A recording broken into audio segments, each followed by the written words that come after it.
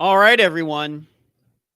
It must be Wednesday, right? It must be because I'm here and I'm going to be talking to all of you for probably at least the next hour and a half. Welcome to Unfound Live. I am the host of Unfound. If you are unfamiliar with me, my name is Ed Dentzel, coming to you live from Clearwater Beach, Florida. And it was a little chilly here today. Once again, it was in the 50s. I know. That's not cold, Ed. Well, everything's relative. But it was a beautiful, beautiful day otherwise. But it was a little chilly out there. Had to put a long sleeve shirt on to go out and do some things. Hello, Cherie. What's going on? Good to see you. She used my last name. It's as if, Cherie, we are meeting for the first time. Hello, Cherie.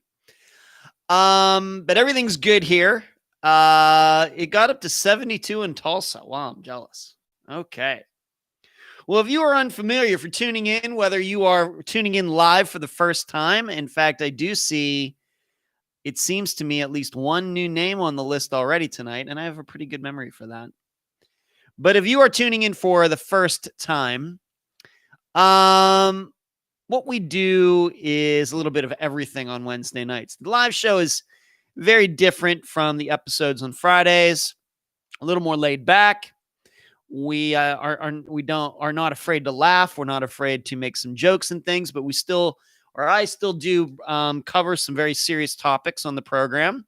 However, the discussion often goes into other areas that have nothing to do with true crime or missing persons cases. And sometimes I'll tell you about some other things going on in my life that have nothing to do with the program, and just never know where it's going to go. But I've been doing this program for about 3 years now. I think this offers everybody a chance to get to know me a little bit better. I'm not sure if I just did the podcast that everybody would understand my motivations, my background, my experience, my personality. And I think that is very important to understanding the way Unfound does things. And so you get to see me talking straight, although I have some notes over to my left. Really, nothing is scripted. And most of the talking that I do is right off the top of my head. Like I said, though, I do bring an outline with me with some notes because not even I am that adventurous to come on to this camera with nothing. So that's why the live show exists. I love also, of course, talking to all of you. You get to ask me questions. I get to answer them. We get to joke around a little bit. And everybody gets to say hi and everybody talks amongst themselves, which is great. And to my knowledge, this is still one of the very few live true crime programs out there that is done every week on a schedule, and where the host of a podcast makes himself or herself available to the listeners where they can talk back and forth. And it's been going on for 3 years now. I think that Unfound Live is still very rare, despite it being 3 years old now. So I don't know why. I enjoy doing this program. I look forward to doing this live show every Wednesday night. That's why I spend some time every Wednesday afternoon doing the outline, looking through a lot of things that are going on, putting some topics together that I think all of you will find interesting. So I really enjoy doing it, and I hope you enjoy it. As you are watching tonight, please do not forget to give this video a thumbs up on whatever device you are using to watch, whether it's a phone or a laptop, desktop, tablet, wherever. Maybe you're watching in your car. Hopefully you're not driving, because that helps us out with the YouTube algorithms. And also, if you are not yet a subscriber to the channel, I hope you will consider doing so. It seems like yesterday we just went over 10,000 subscribers, and already we're up to 10,500. So that's awesome. So who's all in here? We got Little Bit. Hello, Little Bit. Ruth, Tracy, Sharon, Eileen, I'm going to answer your question. You got a good question. Speaking of topics that will be off that are be off the beaten path, I'll be answering Eileen's question tonight. Suzanne, it's really weird with I see the name Suzanne, and I want you to all know something. You know that I sometimes do talk about my private life and everything on this particular show, and I think everybody knows that I'm a single guy. I live by myself, and that's been the way just about forever. But I've dated 3 women with different variations of the name Suzanne. It's very strange. I've dated a Sue, dated a Suzanne, and I dated a Susie. That's how they all expected, their names, in general public, that's the name they gave themselves, to be called by friends and family. Sue, Susie, and Suzanne. And then my biological mother's name was Suzanne.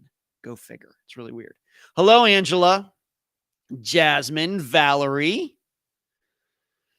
Valerie says she's been working. Okay.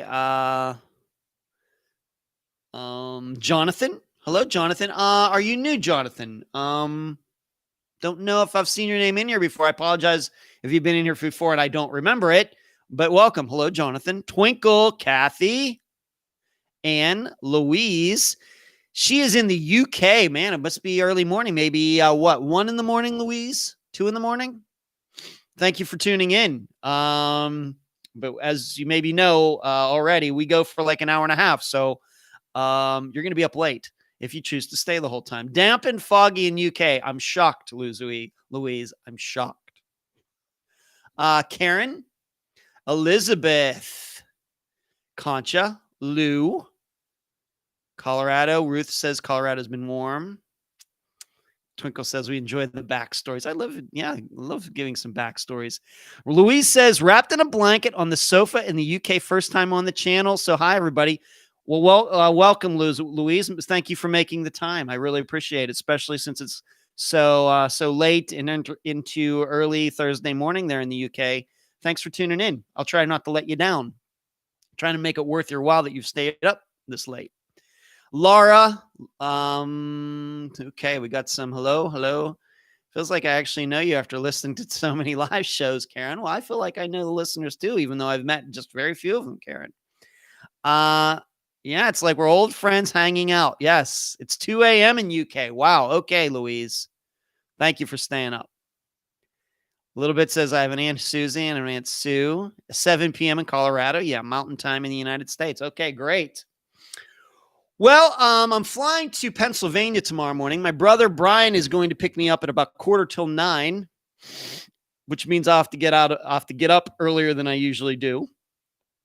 And my plane takes off at 10:30, something like that. And I'll be landing in Pennsylvania, Pittsburgh at 12:30, something like that. It's a direct flight.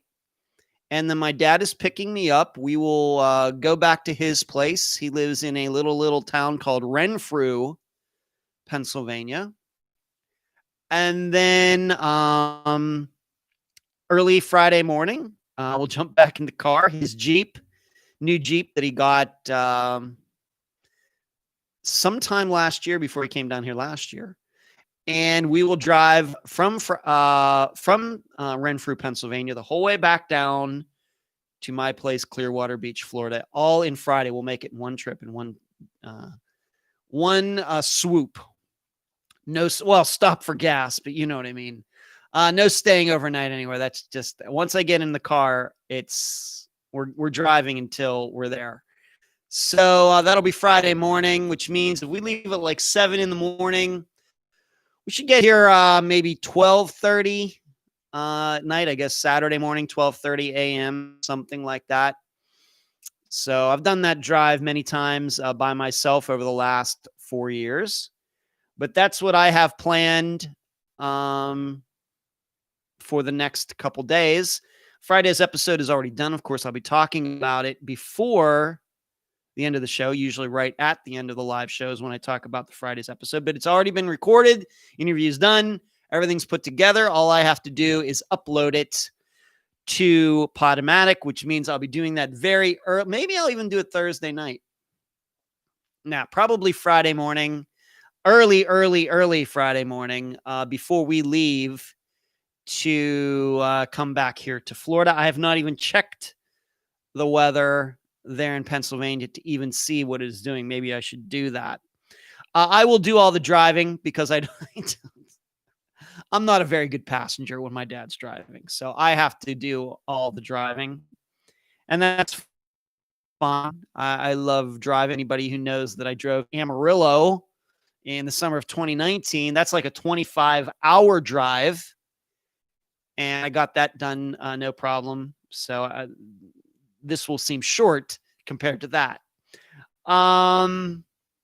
But those are some of the things that are going on with me. I do have some things scheduled for while my dad is here. I've kind of put it on my phone calendar of some things we're doing on certain days. My sister is actually coming down here again December 12th. So I and my dad, I'll just give my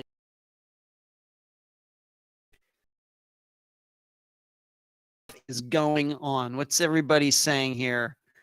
Valerie says, question, who do you buy Christmas just for your dad and siblings, or you have other family traditions? I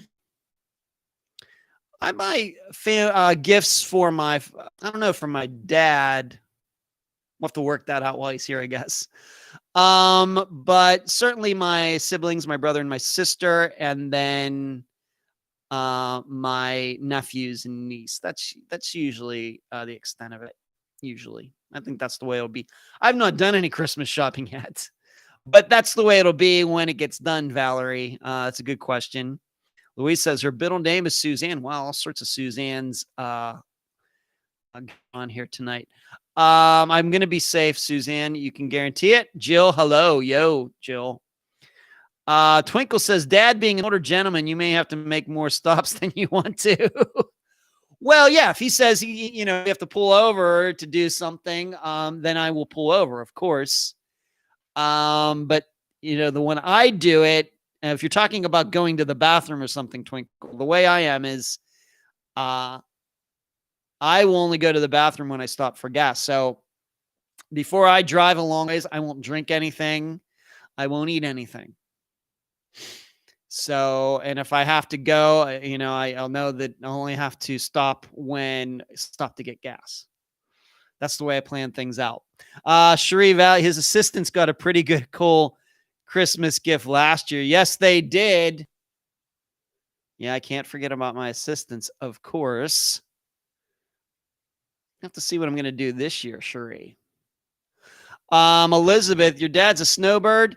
I guess kind of. Well, the funny thing is, Elizabeth, is that last year he came down right. In fact, I just saw in my memories on Facebook today, I flew back to Pennsylvania this time last year today. So tomorrow, so I'm only off by a day.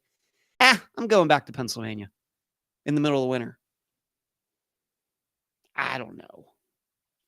So he'll stay here as long as he'd like. As long as I don't get the feeling that he's going to be here forever. And when that happens, then I will drive him back to Pennsylvania and fly back. So he's at least a little bit of a snowbird, Elizabeth. But my dad, he's not like me. I could sit inside, do unfound work or whatever, never see anybody in person for weeks, and it really not register. My dad gets cabin fever pretty quickly. And so I think that last year I just bored him to death because I have work to do. And so he doesn't know anybody down here and he missed his friends, etc. And so he goes, let's go. Okay, bye-bye. So we'll just have to see Elizabeth. Louise, it's about 1,300 miles. I'm not sure what that is in kilometers. Twinkle, dehydration all the way. A little dehydrated, Twinkle, but no big deal. Hey, Delane, what's going on? Hello, Misfit. Head, how am I? I'm doing great. Doing great. So those are some of the things that are going on with me. So, I'm usually, can be found pretty easily on social media or elsewhere, as I think most of you know. But tomorrow I'll be out of communication for a couple hours on the plane. And then on Friday, there's only so much I can do while driving. So just have to keep that in mind. But luckily, the episode is already done. And in fact, I've already done the interview for next Friday's episode. Working a little bit ahead of ourselves. And I like to do that at least a little bit. And just to give all of you an idea, of course, this Friday is a regular disappearance episode. Next Friday, the 18th, is a regular disappearance episode. And then the last Friday of 2020 is coincidentally Christmas Day, but yes, there will be an episode coming out that day, and that will be update episode number 7 that has not been recorded yet. So, and I'm really not sure how many updates are going to be. I was actually just kind of going through the entire list of disappearances of Unfound today, and I'm really not sure how many there are going to be. We certainly have things to talk about, but just off the top of my head, it seems like we're going to have fewer updates than we've had in other update episodes. That's just off the top of my head. Maybe once I get a little deeper into all of them, I'll say, oh, wait a minute. But right now, off the top of my head, it seems like it's going to be a shorter update list than usual. Louise says you have very nice shiny hair. Well, part of the reason is, Louise, is I just took a shower at like an hour and a half before airtime, and it takes my hair a while to air dry. I don't use a blow dryer. So the rule is usually that I have to take a shower 2 hours before a live show or the think tank. Didn't get it done today. Yes, assistants do work hard. Yes, they do. Louise asks me, do you ever do any missing persons from the UK? Well, we have not done any, Louise. We would love to. Just hasn't happened yet. Now, I know it's not part of the UK, but we have entertained the idea of covering the disappearance of Trevor Dealey from Ireland. Once again, as an American, I know that's not the United Kingdom. But so we do look across the Atlantic Ocean to Europe, to the United Kingdom, to Ireland, etc. But we just haven't had an opportunity to do that yet for whatever reason. It's not like we're avoiding it. We just haven't made it happen yet, Louise. And it's strange because one of the first episodes we ever did for Unfound going back to 2016 was from a disappearance in Africa. And we haven't been back there yet since then either. So it's just the way things work out, Louise. Of course, we have done a few disappearances in Canada, but I have nothing against that. As long as we could make it happen. Talking through might be a little difficult, might get a little expensive over cell phones, but maybe over Zoom or Skype or something, we might be able to make that happen, Louise. Would love to. So there you go. All right, let's move into some of the items that I've lined up for tonight's program. And once again, as you are watching, please do not forget to give this video a like. I certainly would appreciate it. Give it the thumbs up. The Robin Abrams poll. Did I take up enough of your time over the last 5 days with that 4.5-hour episode? As you probably have already figured out if you've listened to the program for a while now, I don't care about lengths of episodes. My perception, once again, as you know, I don't listen to any other true crime podcasts out there. But my perception is that there is an accepted length of time or amount of time that podcast hosts try to keep to. And my perception is because I do listen to other things, but they're usually not involving true crime. And seem to have a particular length that is usually under an hour. And then I turn out a 4.5 hour. Now, granted, it was an old interview and a new interview put together, but even the new interview was, of course, very, very long. So the episode would have been long no matter if I included Walsh's original interview or not. But I really don't care. And in fact, any guest will tell you when I'm going through the items, just giving them an idea of how this all works before we start the interview, I just tell them we are not in a hurry. We just go until we're done. I don't care about the time. We'll make it work. Don't worry about it. We're going to take our time. We're going to cover all the items that we need to talk about, and we'll just do that until we're done. And that's how you end up with 4.5 hour episodes.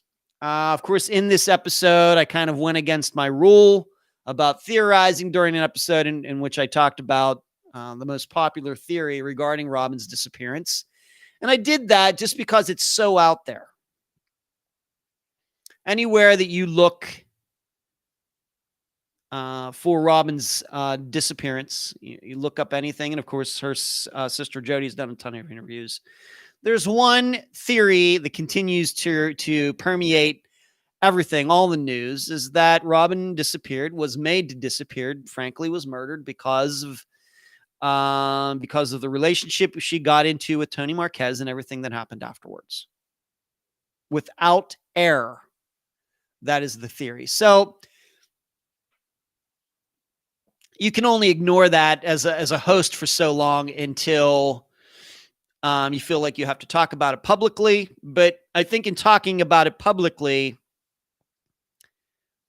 I offered up maybe a more extensive, more complete theory than what I think has been out there. And as I stated in the episode, I think for the last 30 years, it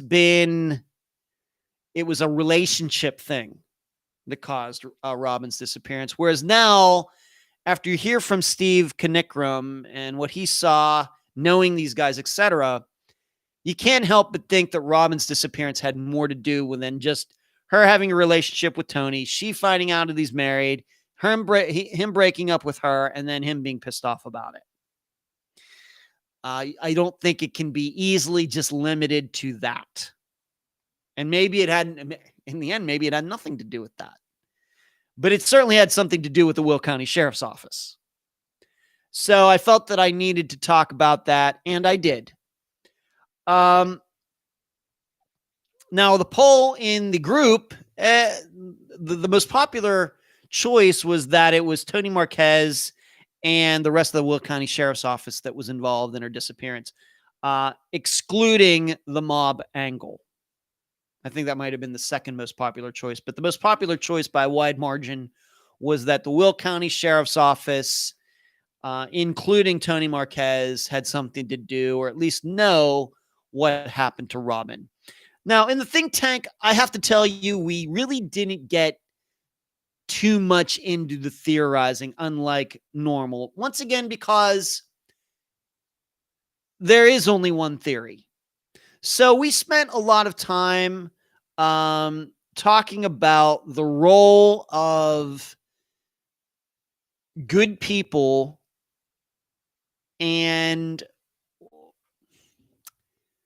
what are you supposed to do if you have coworkers that are doing bad things?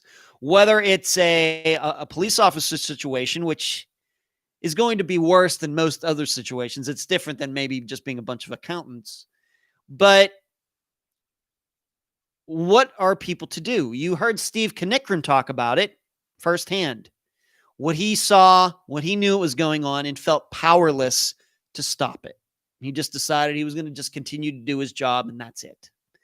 And then even going back to my interview that I did with Dr. Telesco on her show on November 19th. At the end of that show, if you saw it, she even talked about early in her police career being put in position where she knew fellow officers were doing something wrong. She felt a desire that something needed to be done, and she didn't do it. And she said eventually some higher up police officer on the scene stepped in, But she saw her fellow police officers doing something they probably shouldn't have been doing, and she felt powerless to stop it as well because of the repercussions that could have happened if she did speak up.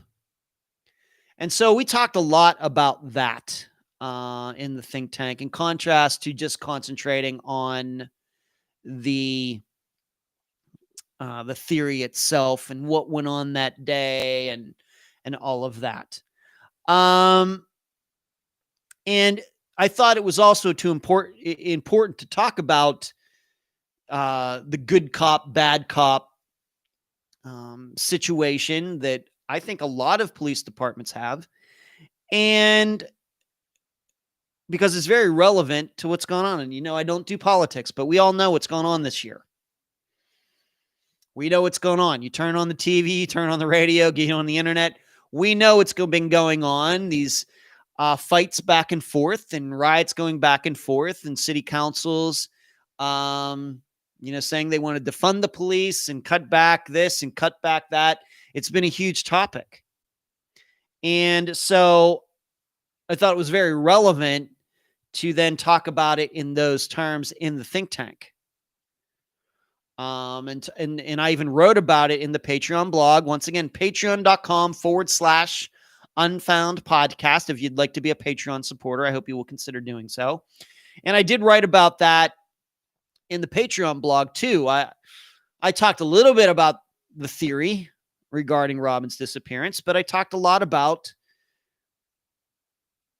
what are good cops supposed to do when they see their fellow cops doing things that are wrong, and if they feel powerless to stop it, because they feel if they speak up and nothing gets done, then they start worrying about what's going to happen to them. They might not get back up, as Dr. Telesco talked about, 3 weeks ago now.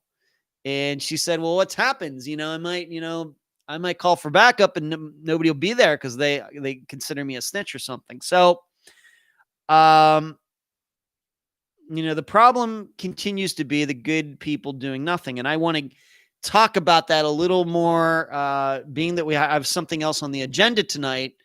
I want to talk about that a little bit more. And I'm going to talk about a totally different organization than police officers, whether it's state cops, city cops, the FBI, or whatever. We're going to look at another organization that seems to have some of the same issues going on right now. And in fact, we've talked about some of those issues right here on the live show over the last year.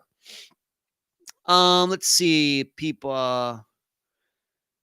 Delane says, I just got kids in bed and read Timmy Tiptoes. I don't know what Timmy Tiptoes is. Twinkle says, I've heard that we aren't in lockdown, but we are at the highest levels of COVID ever. No go anywhere except to the mailbox. Okay, Twinkle.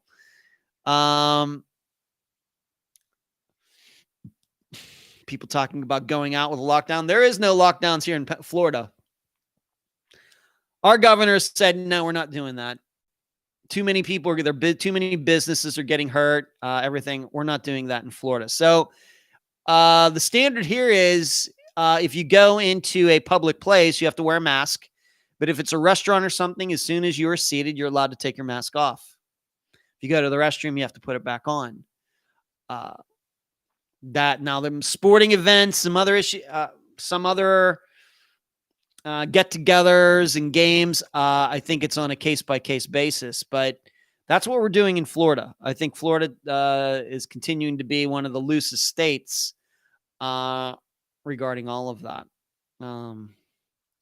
Louise, this is the Robin Abrams disappearance that we covered this last Friday, Louise.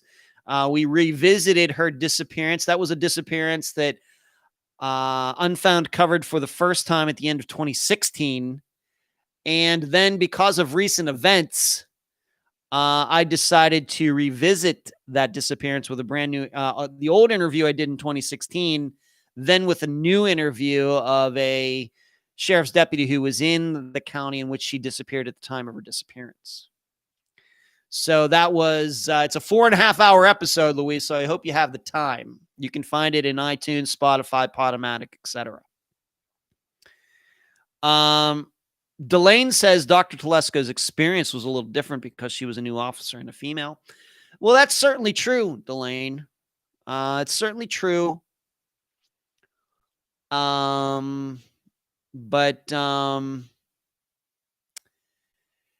what is that fine line then? What is a new officer compared to an experienced officer? I don't know, but I think that all officers, no matter if they're new or old, have to behave to the certain standard, which also then means that they have to use their integrity to the same standard. And I realize what she was saying, but and I like Dr. Telesco, but that's not a fix. That's not a fix. Elizabeth says, Ben Charles Padilla, great episode. Thank you, Elizabeth. Going way back to the beginning, our only disappearance that we've covered in Africa. Zebra says, well, in Florida, it's bad, I hear. I don't know. Zebra, I mean, I don't get out as much as most people, but I go to Publix. Parking lot I was there today. Parking lot full. At like 2 in the afternoon, packed. On a Wednesday afternoon. Louise says, I will watch it tomorrow as it's my day off work. I love your channel. Thank you, Louise. Appreciate it. Delane says, Dr. Lesko was dealing with a couple bad cops in Robin's situation, had invasive corruption with mob ties. Yep. Tammy says, Brandy, binge listening your past episodes. What do I think happened to Brandy Wells? I think that the guy that's in the white cowboy hat that she walks out of that bar with did something to her. That's what I think, Tammy. That's what I think. So that was Robin Abrams. I know that I was in contact with Jody today. Can't really go into what she said, but I certainly believe that us revisiting Robin's disappearance and having Steve on, being that he was in a position to see all these things and he kind of experienced harassment and this corruption himself, I think that's going to certainly move some things forward. I don't know where it's going to go, but I think that there's probably going to be some more things happening over the next few months. I think that that disappearance has been reinvigorated. And as far as you should know, as far as law enforcement in relation to disappearances, it used to be 10%. It's now down to 7%. But 7% of the cases that we have covered on Unfound, a person of interest is somebody in law enforcement. That's a higher percentage than any other profession out there. Now, I will tell you that when I said that, I wrote that, or said it probably... No, I wrote that in the Patreon blog. A listener said, well, what about drug dealers? Aren't there a higher percentage drug dealers who have been involved in disappearances than law enforcement officers? I'm only considering legal professions when I don't legal profession of lawyers, but professions that aren't illegal. I mean, the very definition, if you're doing something illegal, it makes it more likely that crime's going to happen. Whether it's assault, rape, disappearances, murder, etc. But of course, policing is a legal profession. You're allowed to do it. Most cities and towns have a police force. All states have a police force. We have the FBI. And 7% of the disappearances we've covered on Unfound, a person of interest is a law enforcement officer. I don't make this stuff up. I just give you the stats. Now, we would have to go through every one of those disappearances and talk about why, but that's the statistic. And of course, including Robin's disappearance.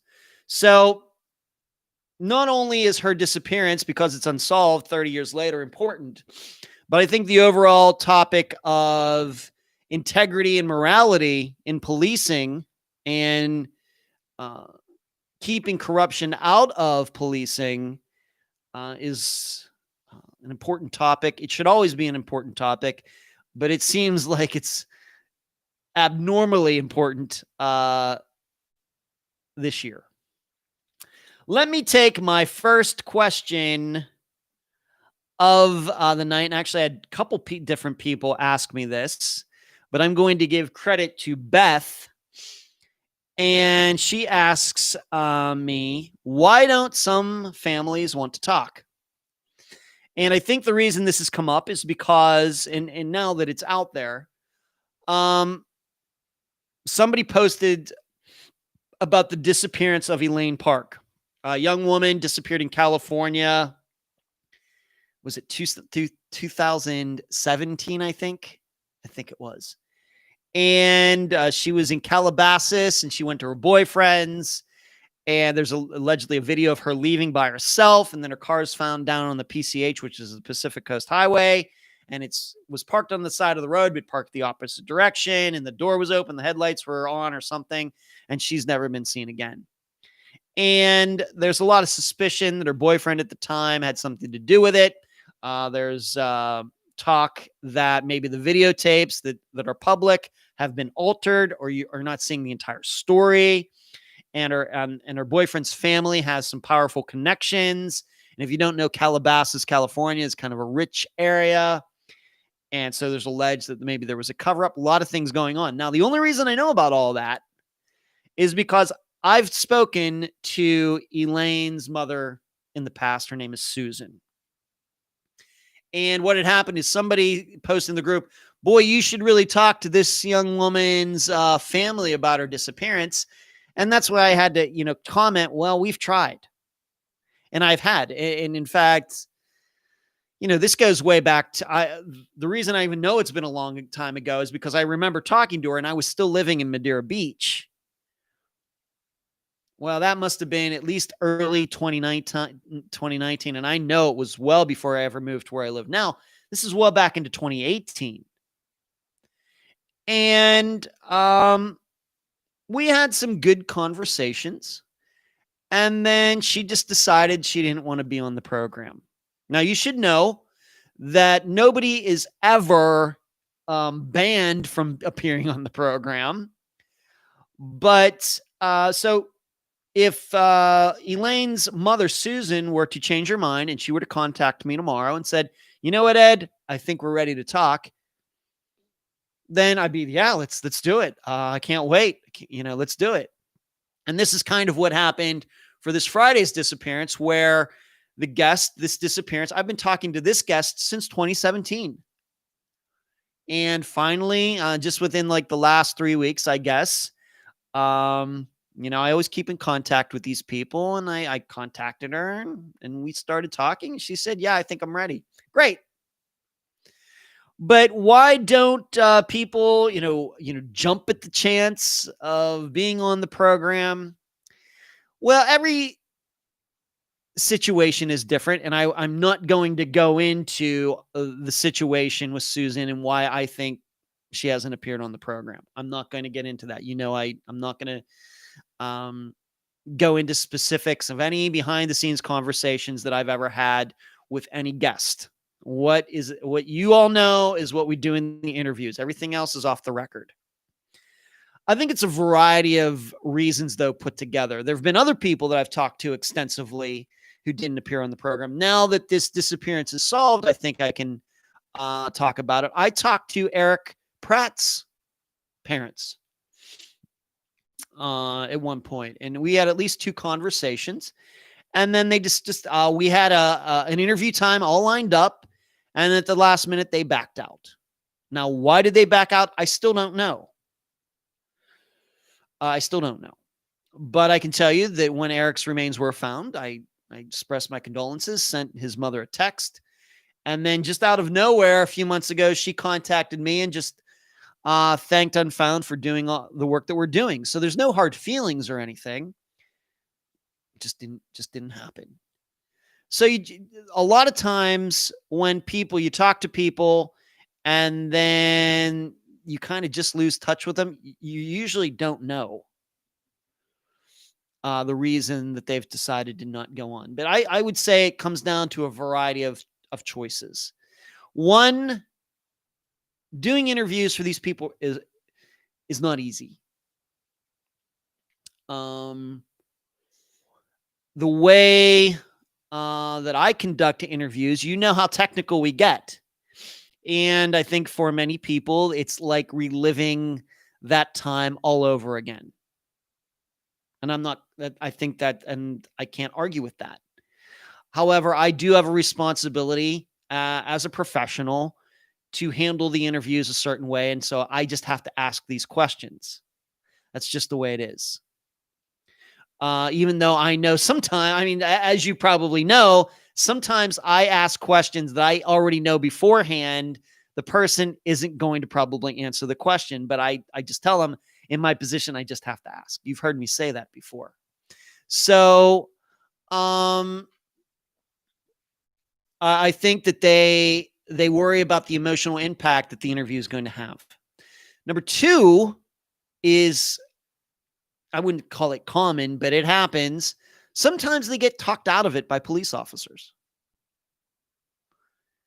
And I'm not there for the conversation, but the family member tells me, well, they're afraid that I'm going to go on here and they're telling me I'm going to get sued and I'm going to end up in court because I'm going to slander this person. And you know that, and then the guest will tell me, well, I'm afraid if I go on here and talk about how there hasn't been anything done for all this time, then the police aren't going to listen to me at all. And I've kind of talked about this topic. It's been a while, but it's like the police are extorting these people to stay quiet. Why do I think police do that? Because I think they're worried about looking bad. That's why. As far as the slander stuff goes, there's no doubt that we name a lot of names on the program. There's no doubt that we've ticked a lot of people off. I've been doing this program for over 4 years, covered almost 200 disappearances. I've not been sued yet. And I don't believe we slandered anybody on top of that. Slander is a very difficult standard to reach in the United States. In Canada, other places, it's a little different. United States, you have a lot more leeway. And, of course, the laws may vary from state to state. But it's tough. It's tough for people to win slander suits. But it's also the reason we don't do any theorizing on the program. We don't... we shy away from, getting really into, calling people killers and everything else. I think the closest we get maybe was kind of in the Robin Abrams episode. But the reason you can do that is because that's been the theory since day one. It's been 30 years. Jody's been talking about it for 30 years. Tony Marquez's name and the pictures of all these guys and everything that they were alleged to have done has already been out there. So it's hard to say after 30 years that to drag anybody into court and saying you're slandering us when other people have been doing it for 30 years. So I think a lot of guests worry about that. I think they're scared by law enforcement to not do interviews, but I think law enforcement only has one group's interest in mind, and that's law enforcement. I think another reason is because, and I hate saying it, but I know it's true, some of these people don't like doing interviews for free. You should know that if you ever see any disappearances on certain TV programs out there, they pay the people to be on the program. And I've actually had a couple guests who said they didn't want to come on Unfound because they thought that would then screw them over on getting on this other big, quote unquote, TV show. That's happened for sure. Not recently, but it's happened. So those are just 3 reasons just off the top of my head that I know that I've experienced personally. Okay. Another reason some people don't want to be on the program is because they want to come on and only talk about certain things. And that's not how we do things. The example I always give when this topic comes up is there was a disappearance. It was very early. It must have been easily within the first year of the starting the program, about a guy who worked for the military who disappeared.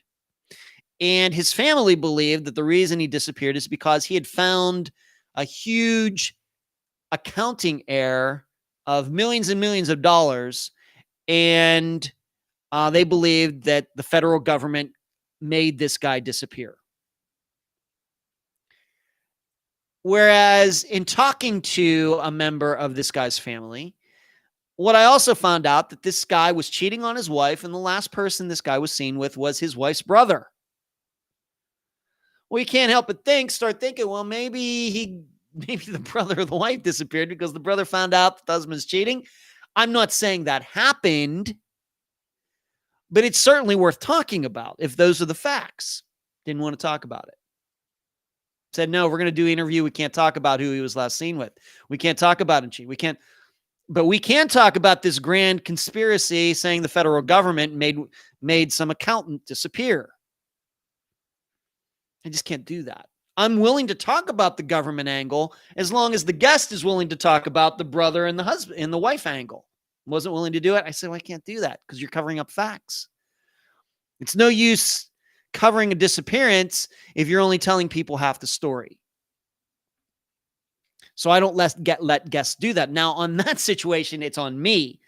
I think when people are asking me why don't guests appear on the program, it's why they make that decision. Well, you know what? That's one of those situations where I have to make that decision. So there's a lot of reasons. I know it seems to the public, to the audience, to all of you, that all these people should be dying to be on Unfound or any other program out there, The Vanished, etc. But I'm guessing that those other programs have some of the same problems that we do. That just all of the reasons that I wouldn't call them excuses necessarily, but all of the reasons I just gave all of you. So, probably I've stated some reasons there that might not even, occurred to you. But they're true, and I've experienced them personally. My assistant, Emily, who finds most of the guests that appear on the program, she's had it happen to her. All the time, we have people that say, oh, yeah, we're ready to talk. Let's do it. And then we'll talk to them once, and then you can't reach them again. We'll have this great conversation about this, about that, and we're going to look into this, and we're going to look into that, and we'll do it. And then we'll call the person back, text the person back. Person never picks up the phone again. I wouldn't say it happens often, but it happens. It happens often enough that Emily and I talk about it at least once a month. The thing is, I don't know these people. I don't know what's going on in their private lives. Who knows what's going on? I don't know. So those, Beth, since you were the one who I had somebody else ask me the similar question actually just today, but those are some of the reasons why some families don't want to talk. You also have to remember that although it's not obvious when I do the interviews because we don't want to talk about that, but sometimes when I'm talking to a family member about a disappearance, that person is the only family member in the entire family that's doing anything. Everybody else just wants it to go away. And that's a lot of pressure on one person. When the person knows that he or she coming on the program, that afterwards they're going to get a lot of crap. And so I can see then, and that's another reason why some people don't want it to be on the program, because they're afraid of the crap they're going to get from other family members. It's true. So Beth, I hope that answers your question. It's a very good question. I think I've touched on it before, but it's been a while. And, but that's the reason. I know that it's like you wouldn't think anybody wouldn't want to talk. I agree with you.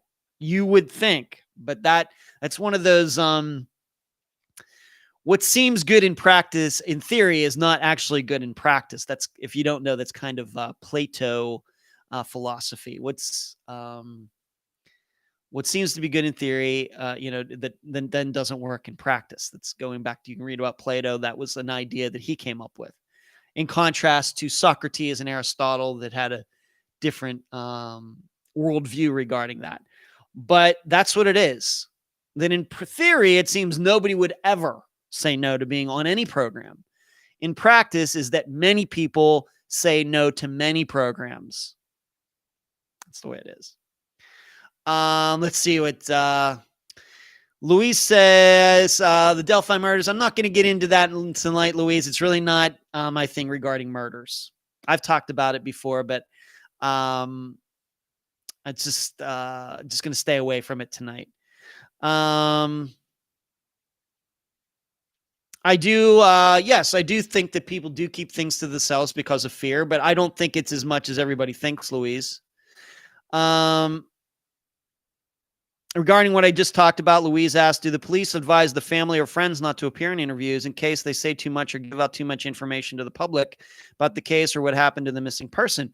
Well, that's...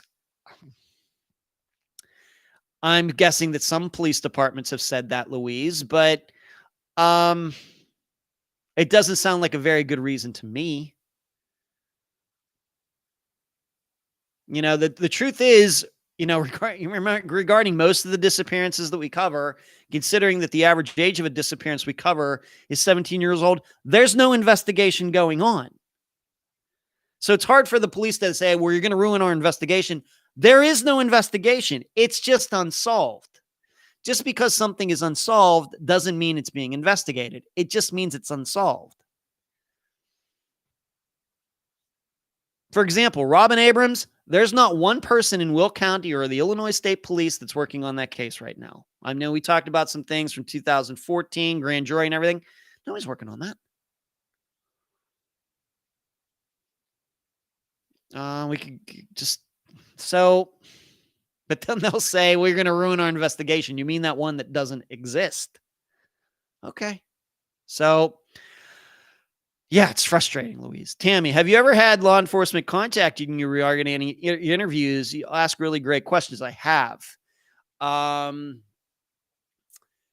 disappearance of Dallas Braden. Oh, man. I knew I was going to blank on the names. But I had, let me see here. Let me go back down here. This was from 2018, I think. I'm going through here. All right. Two guys that disappeared together. It's going to drive me nuts now. You wait. I'm not going to be able to find them. I did. Two guys that disappeared together. Come on, where is it? Here it is. Jansen Brewer and Dallas and Daniel Braden. That episode came out November 9th, 2018. I would say 6 months later, I had an investigator from the St. Joseph's, Tennessee, whatever county that is, Attorney General's office, contact me and wanted a copy of the interview, the episode, and wanted to remember at the time I had a chance through Messenger to speak with a person of interest in that disappearance. I forget his name right now, Scotty something. And the investigator also wanted a copy of that conversation I had with that person. So yes, it has happened. That's the one. Thank you, Shuri. That one comes to mind, Tammy. So yes, we have had law enforcement contact us after. That's the one that just jumps to mind. There might have been a couple other ones as well, but that's the one that jumps to mind because it was kind of out of the blue compared to maybe some of the other ones. What has happened since then? I don't know. I know their disappearances are still unsolved, so I guess it didn't lead anywhere. I don't know. But anytime law enforcement has contacted me, I've given them notes and information, whatever. Sheree says a lot of time law enforcement doesn't want them to do the interview. I've had at least 5 people in mind that have been told not to do the interview. Yeah, Sheree knows as well. Because Sheree goes out there, she talks to possible guests as well. So she knows, yeah. Twinkle says, similar to Plato, my mom always says it looks good on paper. That's exactly right. Where that saying comes from is Plato. Man, I'm giving out philosophy lessons tonight. Okay. So great question, Beth. Great question. Just probably a topic that most people wouldn't know, wouldn't maybe put all that together and realize, some of the things that go on behind the scenes. Unless I'm asked, I guess I rarely talk about it. G-Man, new listener, binge watching for 2 weeks. Wow, great contact. Big fan. Thank you, G-Man. Thanks for watching or listening. Maybe you're watching them on YouTube. That's fine too. Thank you. Of course, we have a ton of episodes out there, and a lot of them are long. So it takes a little while to get through the entire Unfound catalog. But thank you, G-Man. Thanks for joining in tonight. All right. Speaking of corruption, going back to police corruption, I'm sure you've seen this big news at Fort Hood. Of course, that is the Army base where Vanessa Guillen, I guess, was the most high-profile disappearance, murder that happened there within the last year. They've decided to discipline or let go of 14 people on that base or fort, military complex, in positions of authority. And there's a list of things that were going wrong and everything else. Maybe some of you saw that because there has been a lot that has gone on at Fort Hood besides Vanessa Guillen, both before she disappeared and was murdered and after she disappeared and was murdered. And military went in, higher ups went in, and they've, I guess, cleaned some people out. We'll see if that makes any difference. But this is relevant to what I talked about with the police, because one of the statements you hear from police officers, at least anonymously, when it comes to, well, we need to get rid of, the bad cops out there. You will hear police officers anonymously say, well, we'd love to too, but the union won't let us. And you hear that in a lot of different parts of American society. For example, teachers.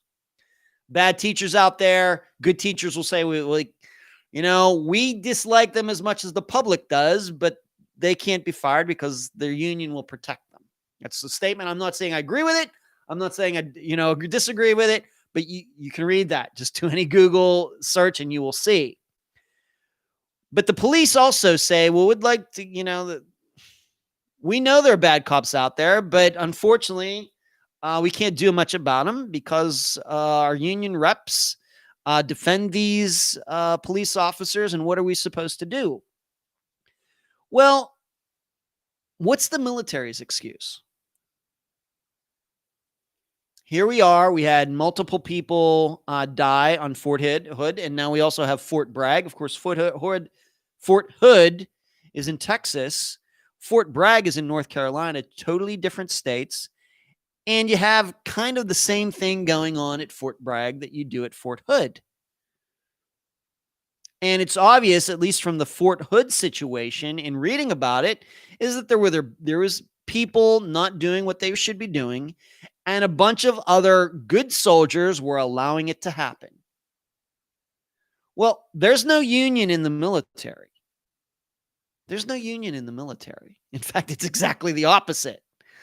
When you go into the military, you kind of do give up some of your rights. You do not have freedom of speech working in the military. If a cop shows up and just says, well, I want to quit, and just walks off the job one day, he's not going to, or she is not going to get in much trouble.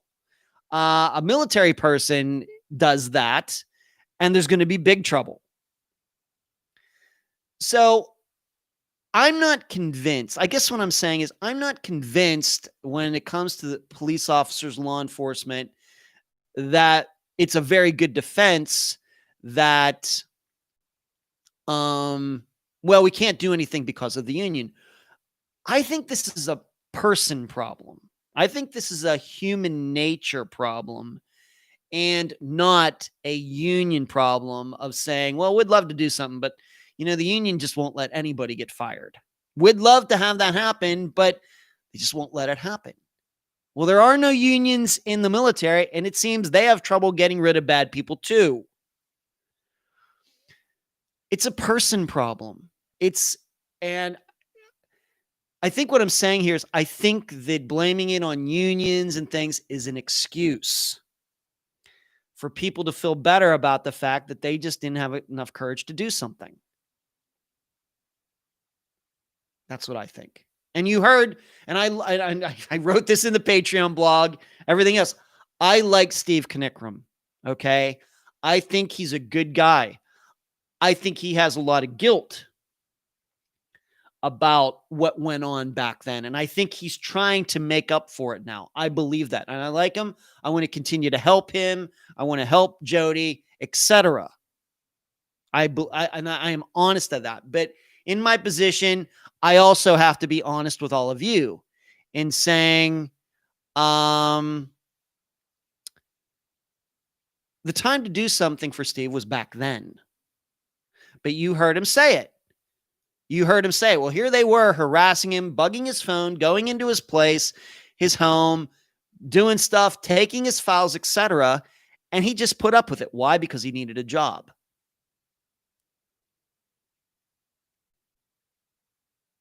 You know, that's what he said. I'm just asking him. That's what he said. And I think that I'm not trying to guilt him or anything, but I think he realizes that now. But these are the things that we as humans we run into in our lives. We're at some point,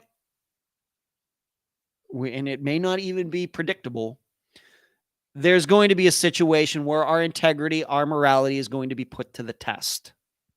And we're going to have to pick between ourselves and doing the right, and what's going to benefit ourselves, which is probably the wrong thing, and hurting ourselves, but doing the right thing.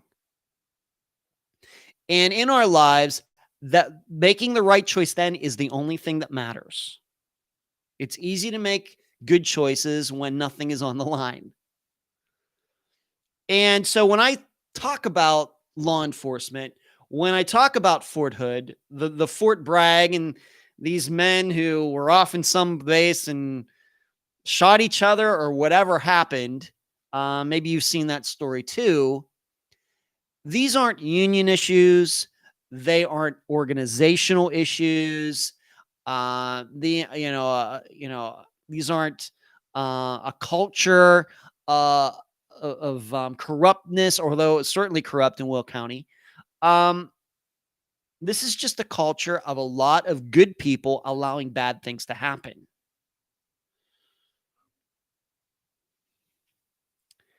And so because of that, the only people that can fix it are people. There's no laws that are going to fix this. There's no union that's going to fix this. People who aren't doing bad things are going to have to make different choices for all this to go away. Because, as I said, just letting it happen isn't a fix. It's not going to naturally go away. Why? Because at our core, we as humans are bad animals. There's a reason we have laws, because we're not angels. We need laws to kind of keep us in line. Luckily, we have a part of our brain where we can negotiate with other people. We can compromise with other people. We can communicate with other people. And we can start to realize, you know what, if this is just anarchy and we're just, survival of the fittest, you know what, at some point, I'm going to get killed too. So you try to that's what laws are, trying to keep people in line, because if we don't have any laws, it's just craziness. We are very bad animals, much worse than any other animal out there.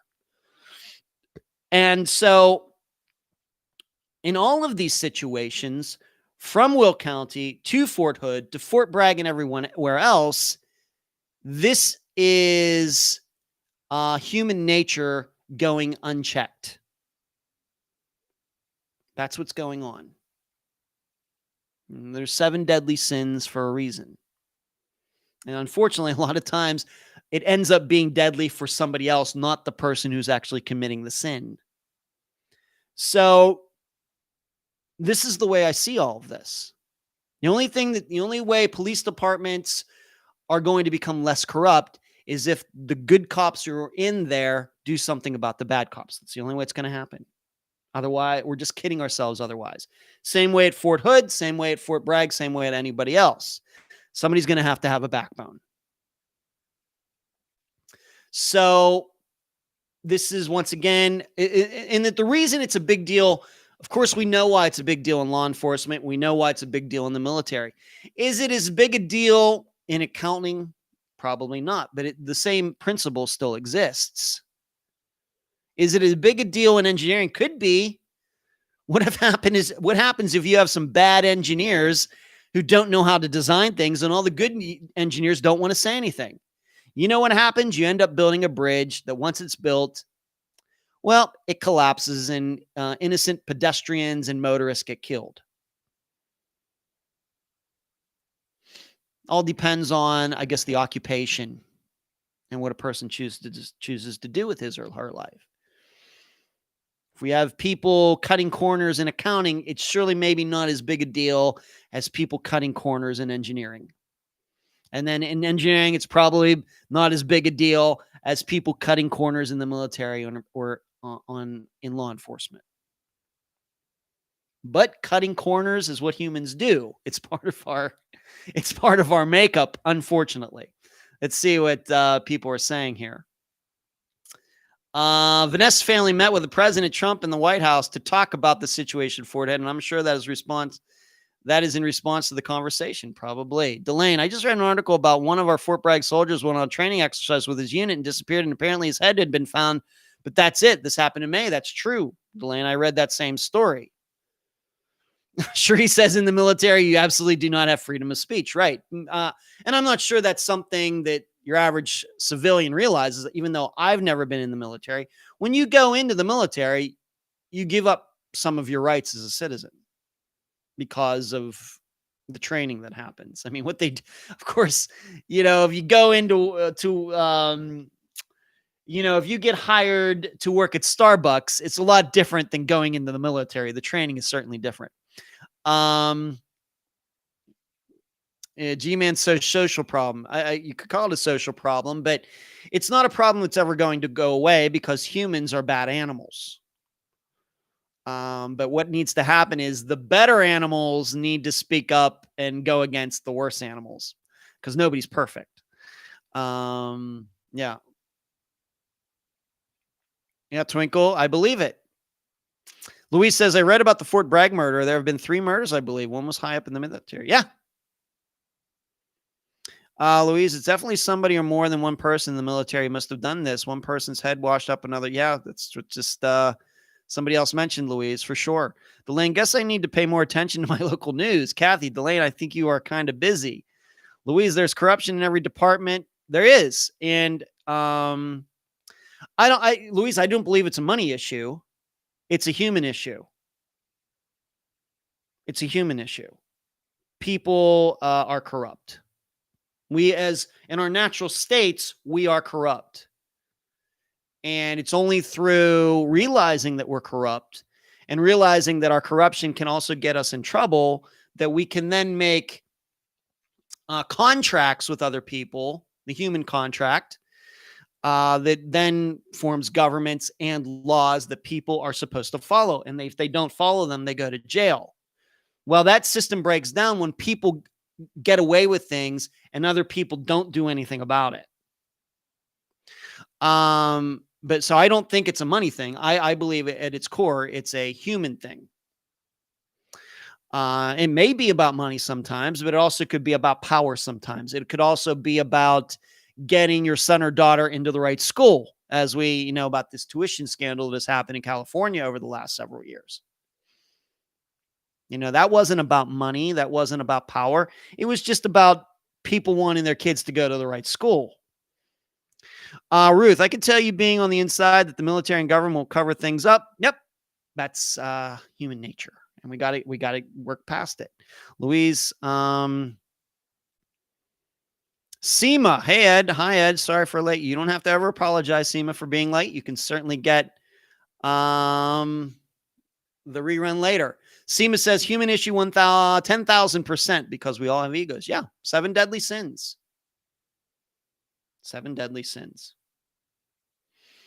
So this is why when, once again, going back to the police situation, they say, well, we would really like to get at these people, but these unions are just too tough. Well, it happens in the military and there are no unions. This is a human issue. It's just good people, just, like this, or the monkeys. What's the monkeys? Hear no evil, see no evil, speak no evil.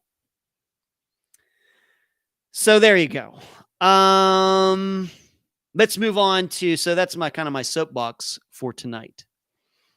Louise, I don't do superlatives on cases. I don't think of them in terms of strangest and everything else. Cherie's gonna disagree with me. Okay, Cherie. Okay. I think at our nature, people, I do believe in the 7 deadly sins that are very natural to all of us. And it's only through controlling ourselves that things can be made right. Upcoming schedule, I've already talked about that. Length of episodes, kind of already talked about that. 4 hours. My attitude being that we cover things until they are done. Let's move on to this. Klishindra Hall. There was some local coverage in Arkansas regarding Klishindra's disappearance, even though it's not any anniversary. But I think it was Emily, my assistant, who posted something, and it was a live show of people commenting. And I luckily got in on this and made a comment about, if you remember Cleashindra Hall, she was working at this guy, Dr. Amos's house, and he claims that she left. He heard her leave, and then she only had to walk. She wasn't supposed to be walking. She was supposed to call her mother, and the mother was supposed to come pick her up. But he heard her leave, and of course, she never made it home. This disappearance is still unsolved 26 years later. And it was interesting to me that as soon as I saw this was going on, I commented that Dr. Amos's oldest son, who didn't even come up in that original interview because I didn't even know he existed at the time. I think Laurel did, but for some reason didn't want to bring it up. But after that, I discovered about Omar. In fact, I think it was a listener that told me about it now. And even now, I went in there and I forget what I exactly typed, but I said, my opinion is that Dr. Amos's oldest son, Omar, should be the number one suspect in Clishindra's disappearance. And this is something that I've told Laurel for a while now, since the episode aired, when I found out about the older son. In the episode, we only talked about Dr. Amos's younger son, who was like 4 years old. But he actually had an older son from, I think, a previous marriage. And Omar, with 2 R's, was about Clishindra's age at the time, maybe a little older. And just a couple years after she disappeared, he had gotten in big time trouble for assault of a woman. I don't know if it was sexual assault, but battery, assault. And he gathered up an extensive criminal record. Unfortunately, he's now deceased. But I posted that, and it was amazing to me, people who said, well, I've never heard this before. Said, no, I've never heard that angle. Oh, he had another son, an older son, because I think that a lot of people suspect something that Dr. Amos did. And if we knew what happened, we could just go solve it right now.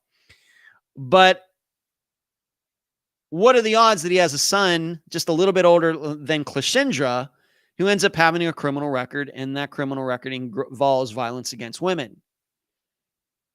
Certainly sounds like a good choice to me. The problem is, I don't know if the police ever looked at Omar back in 1994. I don't know if they ever looked at him since. The problem now is, once again, he's dead. So, but that got some coverage, and it was just interesting for me to post that. And some people responded that they didn't even know, that he existed. And I can't criticize them too much because I didn't know he existed until after I actually did the interview for her episode way back in 2017. But my theory on that, even though I don't talk much about theories, is that, and although I wrote about it in the one Unfound book, is that I would not be surprised if Klishindra and Omar might have had something going on behind the scenes that they didn't want their parents to know about. That's a good choice. Or Omar knew about Klishindra and knew when she'd worked there, and he just happened to show up around the time that she was getting off work because he knew, because it was his father's house. Now, you should know, from what I heard, Dr. Amos had kind of, at some point, disowned his son. But I don't know if that was before or after Klishindra disappeared. Very well could be that Omar knew about Klishindra, obviously a very attractive young woman, and he wanted to get to know her, and he would just happen to be there when maybe he showed up and something happened. Now, how you'd prove that now, I don't know. But that will continue to be my best guess regarding Klishindra Hall's disappearance until different facts are presented. Seema says the doctor was shady, if I recall. He was shady, but I would not say it was shady in a way that has anything to do with violence. It does seem that he was getting money for something that he shouldn't have been. Did it have something, I don't know, to do with Medicare fraud or something like that? It's just I could be totally off, but it had something to do with that.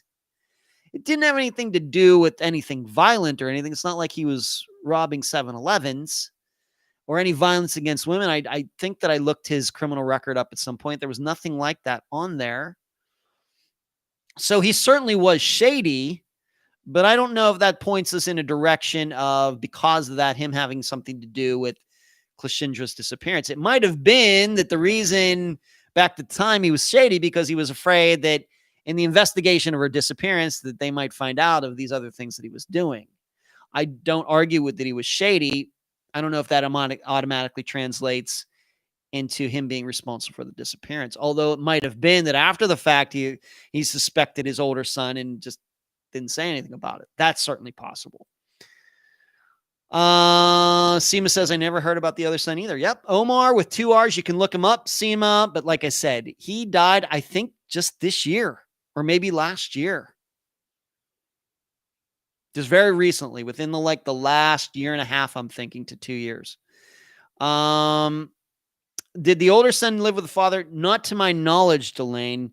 He lived with his mother at another location. And that's why I said that, could it be that Omar was over at his father's one time, saw Klishindra, and just happened to be over there and saw her there? Or maybe he was there that night. His father didn't want to admit it. But I think that Omar, the son, is a better choice than the father, given what we know about the son. No, still not. No, that's from Arkansas, Louise. 26 years old, that disappearance is. No remains found, nothing. Still totally as unsolved as it was the day it happened. Cherie says, I believe it was Medicaid or Medicaid fraud as well.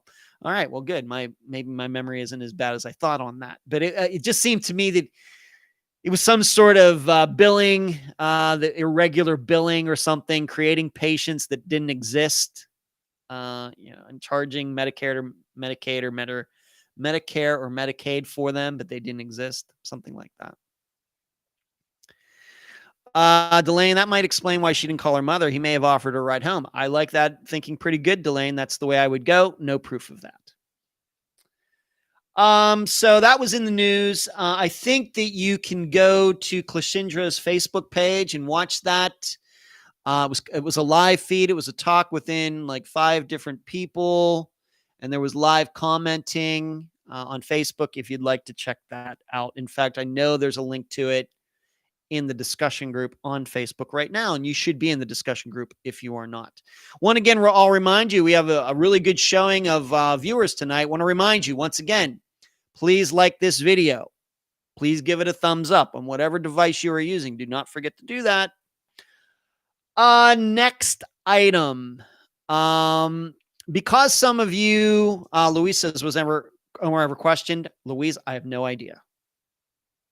All I know is I've read enough news stories about Cleashindra's disappearance. I've watched some videos about her disappearance. He's never been mentioned. And I didn't even know about him mention I didn't even know about him until after I did the interview and the episode had already come out. So even I made that mistake. My fault. That's bad on my part. However, I have to say, if we were covering that disappearance today, I think I would have known about it, just because I think I would like to think in the last 4 years we've gotten a little better at our job than we were, 3 years ago. At the time I did that interview with Laurel, I'd probably done, I don't know, 15 interviews. Now I've done over 200. So I'd like to think that that is something that would have come up. So moving on to this, a few of you have asked me about getting a person from this YouTube channel, Adventures with a Purpose, on the program, maybe in the new year. This is a group of scuba divers, searchers who go around the United States diving into rivers, lakes, and ponds. And they're looking for vehicles. And once in a while, they come across a vehicle that could be connected to a missing person. And in fact, they have actually found some vehicles with people in them. And because some people have, it'd be really interesting to have on the program, we're trying to do that. In fact, I'll just admit, I've tasked Cherie, moderator for the live show right here tonight with the blue name with the wrench. I've tasked her with doing that, and we're going to try to make it happen. Of course, never ending guarantees. But I just want to let all of you know that we're trying to do that. We're listening to you. I think it'd be a really good interview. Might be an interesting way to start off the year 2021. But please, if we don't make that happen, not our fault. And I'm not going to blame them either. Maybe they don't do interviews. I know they have the YouTube channel and all that, and that's fantastic. But maybe they just don't do interviews. I don't know. Maybe they do. And maybe they're busy, but we'll continue to try to contact them because I would certainly like to talk to them about their process, about how they go about all of that. And they've maybe done interviews like that before, but you know me, I tend to ask questions in a different way. So Adventures with a Purpose, you want to check out their YouTube channel. Very interesting. And I would certainly love to have one of them or a group of them on the program just to see how they all got into it and their process and of doing everything. So we're trying to make it happen. We just started trying to do that. Could take a little time. And we have to remember it's getting into the holiday season and people are certainly harder to contact this time of year. That's why I'm very happy that I already have the interview done for next Friday, and then it's an update episode. And so we've kind of gotten to work a little ahead in this holiday season, which is very important. So Adventures with a Purpose, you want to check them out. Or maybe even you want to contact them on their Facebook page or something and tell them, yes, they need to do an interview with Ed from Unfound. So maybe you want to do that. You could do that yourself and help us, specifically Cherie, make this happen. Seema, thank you. Here's to them getting on the program. Thank you, Seema. That's a great super chat. And what Seema's doing there is she hit, I think it's a she hit the super chat button, which is the gray square with the dollar sign in the middle. If you'd like to contribute to the program while you're watching, please do that. I should have mentioned that earlier. But thank you for the support, Seema. It means a lot. Deeply, deeply appreciated on that. Thank you. So that's the super chat button. Let me answer. We still got another big topic to cover. We may be here till 11 o'clock tonight. That's fine. It's I try to keep it interesting. Eileen asked me. I think I need to read this question. I just wrote down let me see here. Hold on just a second. I want to read this question verbatim from Eileen. Eileen, I think, is in here, but where is it? Here it is. Yeah, here it is.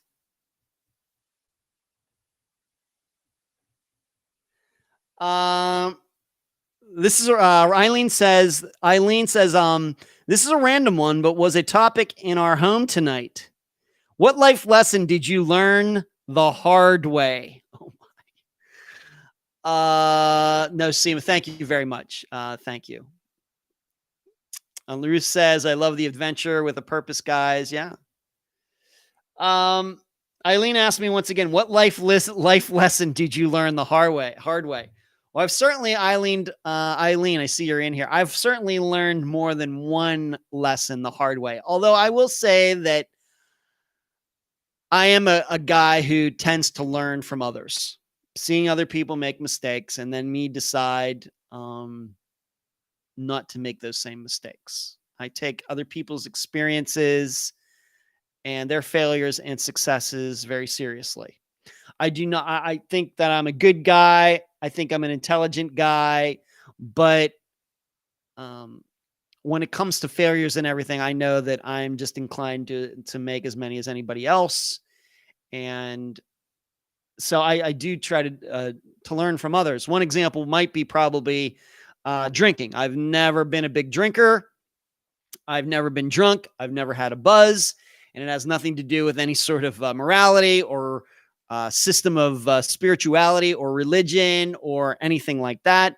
For me, the reason was simply that very early on, even before drinking age of 21, I got to see people who I knew, maybe even underage drinking or drinking legally, who would get drunk. And I just realized very quickly that I didn't like any of these people when they were drunk. They did not get nicer. They did not get funnier. They did not become better. Or anything else. They got worse. I'm not saying they became angry drunks or anything, but they weren't the people who I knew, who I grew to respect and like. So I just said to myself, you know what? If I'm not liking these people when they get drunk and everything, then you know what? I probably shouldn't drink, because then that's probably going to happen to me as well. So that's why I've never been a drinker. Just as, and I'm Seema saying I'm in recovery. Seema, congratulations. And I'm not here to make an anti-drinking statement. Obviously, we know a lot of people love wine, love beer, love bourbon, etc. And they're perfectly great people, great parents, great husbands, great wives, etc. I'm not saying that. What I'm saying is that what I discovered is that when you see people drinking to excess, it doesn't stop you from drinking to excess. It stops you wanting to drink at all, is what it does. It doesn't say, well, I'm going to drink, but I'm just going to have to watch how far you go. That wasn't me. As soon as I saw that, I was like, you know what? I think I'm going to stay away from it. Now, I've had some beers in my life going back to my college days, 20, 30 years ago. But it didn't have anything to do with my parents. My parents never talked to me about anything. Never talked to me about drugs, never talked to me about alcohol, never talked to me about sex, nothing. I'm telling you. It was just something I figured out on my own. Now, as far as, so that's, I think, learning a life lesson the good way. I didn't have to get into a situation like drinking or driving or something to learn that, to not drink or control your alcohol. Now, as far as a life lesson that I learned the hard way, wow.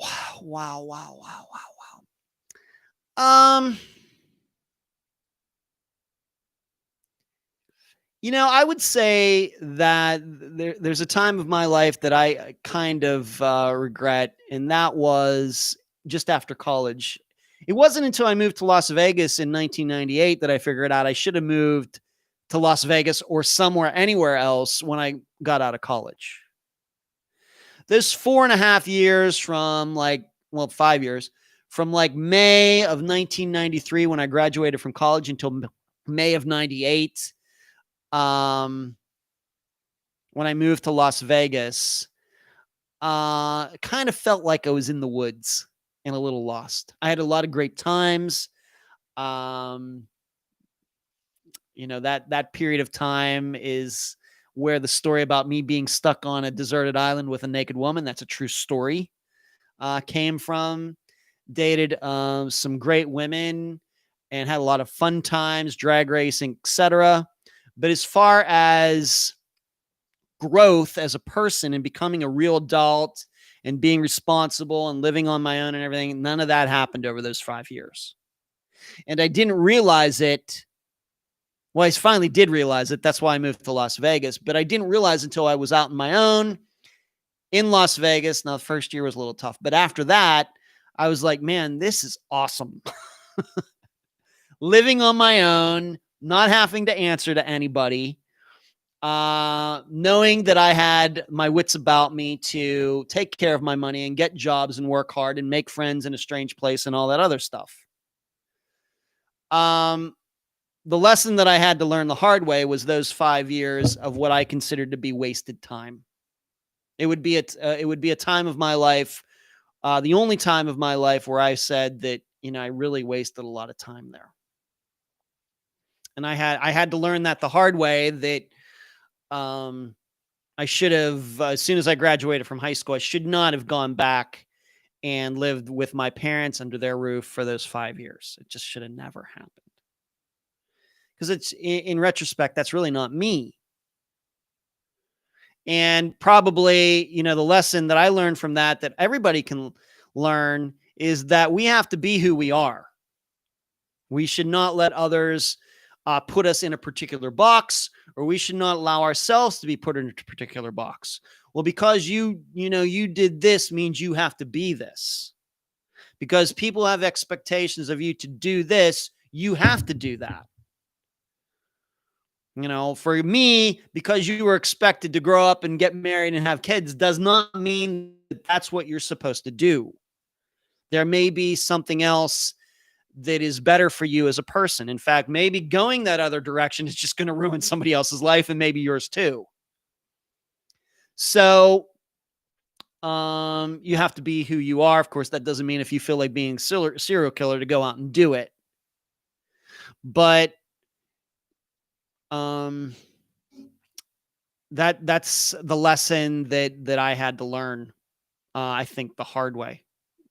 Kristen, wow. Okay. Kristen, thank you very much. Lessons learned is never time wasted. Well, I think, Seema, that I could have learned that lesson a little more quickly. Some people saying, Louise says, do you put a list of what subjects you're going to discuss on your show? I have to. Yes. Just some notes. But other than that, it's a free conversation off the top of my head, just with some few notes. It's only so I can read up on what cases you are discussing in case I've never heard of them. I try to mention the case, before I talk about it here, Louise, but I do just use some general notes for this live show, and then everything else is off the top of my head. Money doesn't grow on trees. That's mine. Lesson learned. You're not missing anything, Ed, regarding alcohol. Don't I know it? All the money that I saved.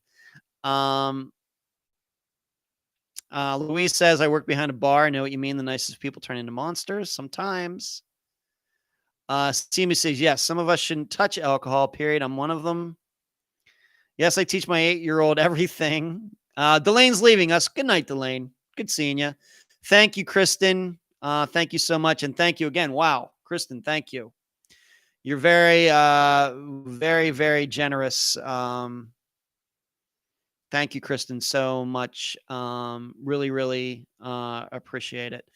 You're welcome, Eileen. Now, that's not to say, even though the way I've lived my life, that other people would have done well in it. There's certainly not. I mean, there's a lot of people who moved to Las Vegas and should have not have moved there because they can't resist the temptations that go along with being there. You can't move there and live like you're a tourist. If you think you're going to go to strip clubs all the time and go gambling all the time and go to the restaurants, all those expensive restaurants and the big casinos and everything all the time, then you have another thing coming. Whereas I could do that, but maybe that choice wouldn't have been the best one for everybody, anyone, for someone. Likewise, here I am at 50. Single, that's not the best choice for a lot of people. Some, people, of course, really find that they're in the woods until they find that special someone. They get married, they have children, and their life is fantastic. A lot better than when they were single. Certainly. Certainly. I don't know if that would have ever been the best choice for me.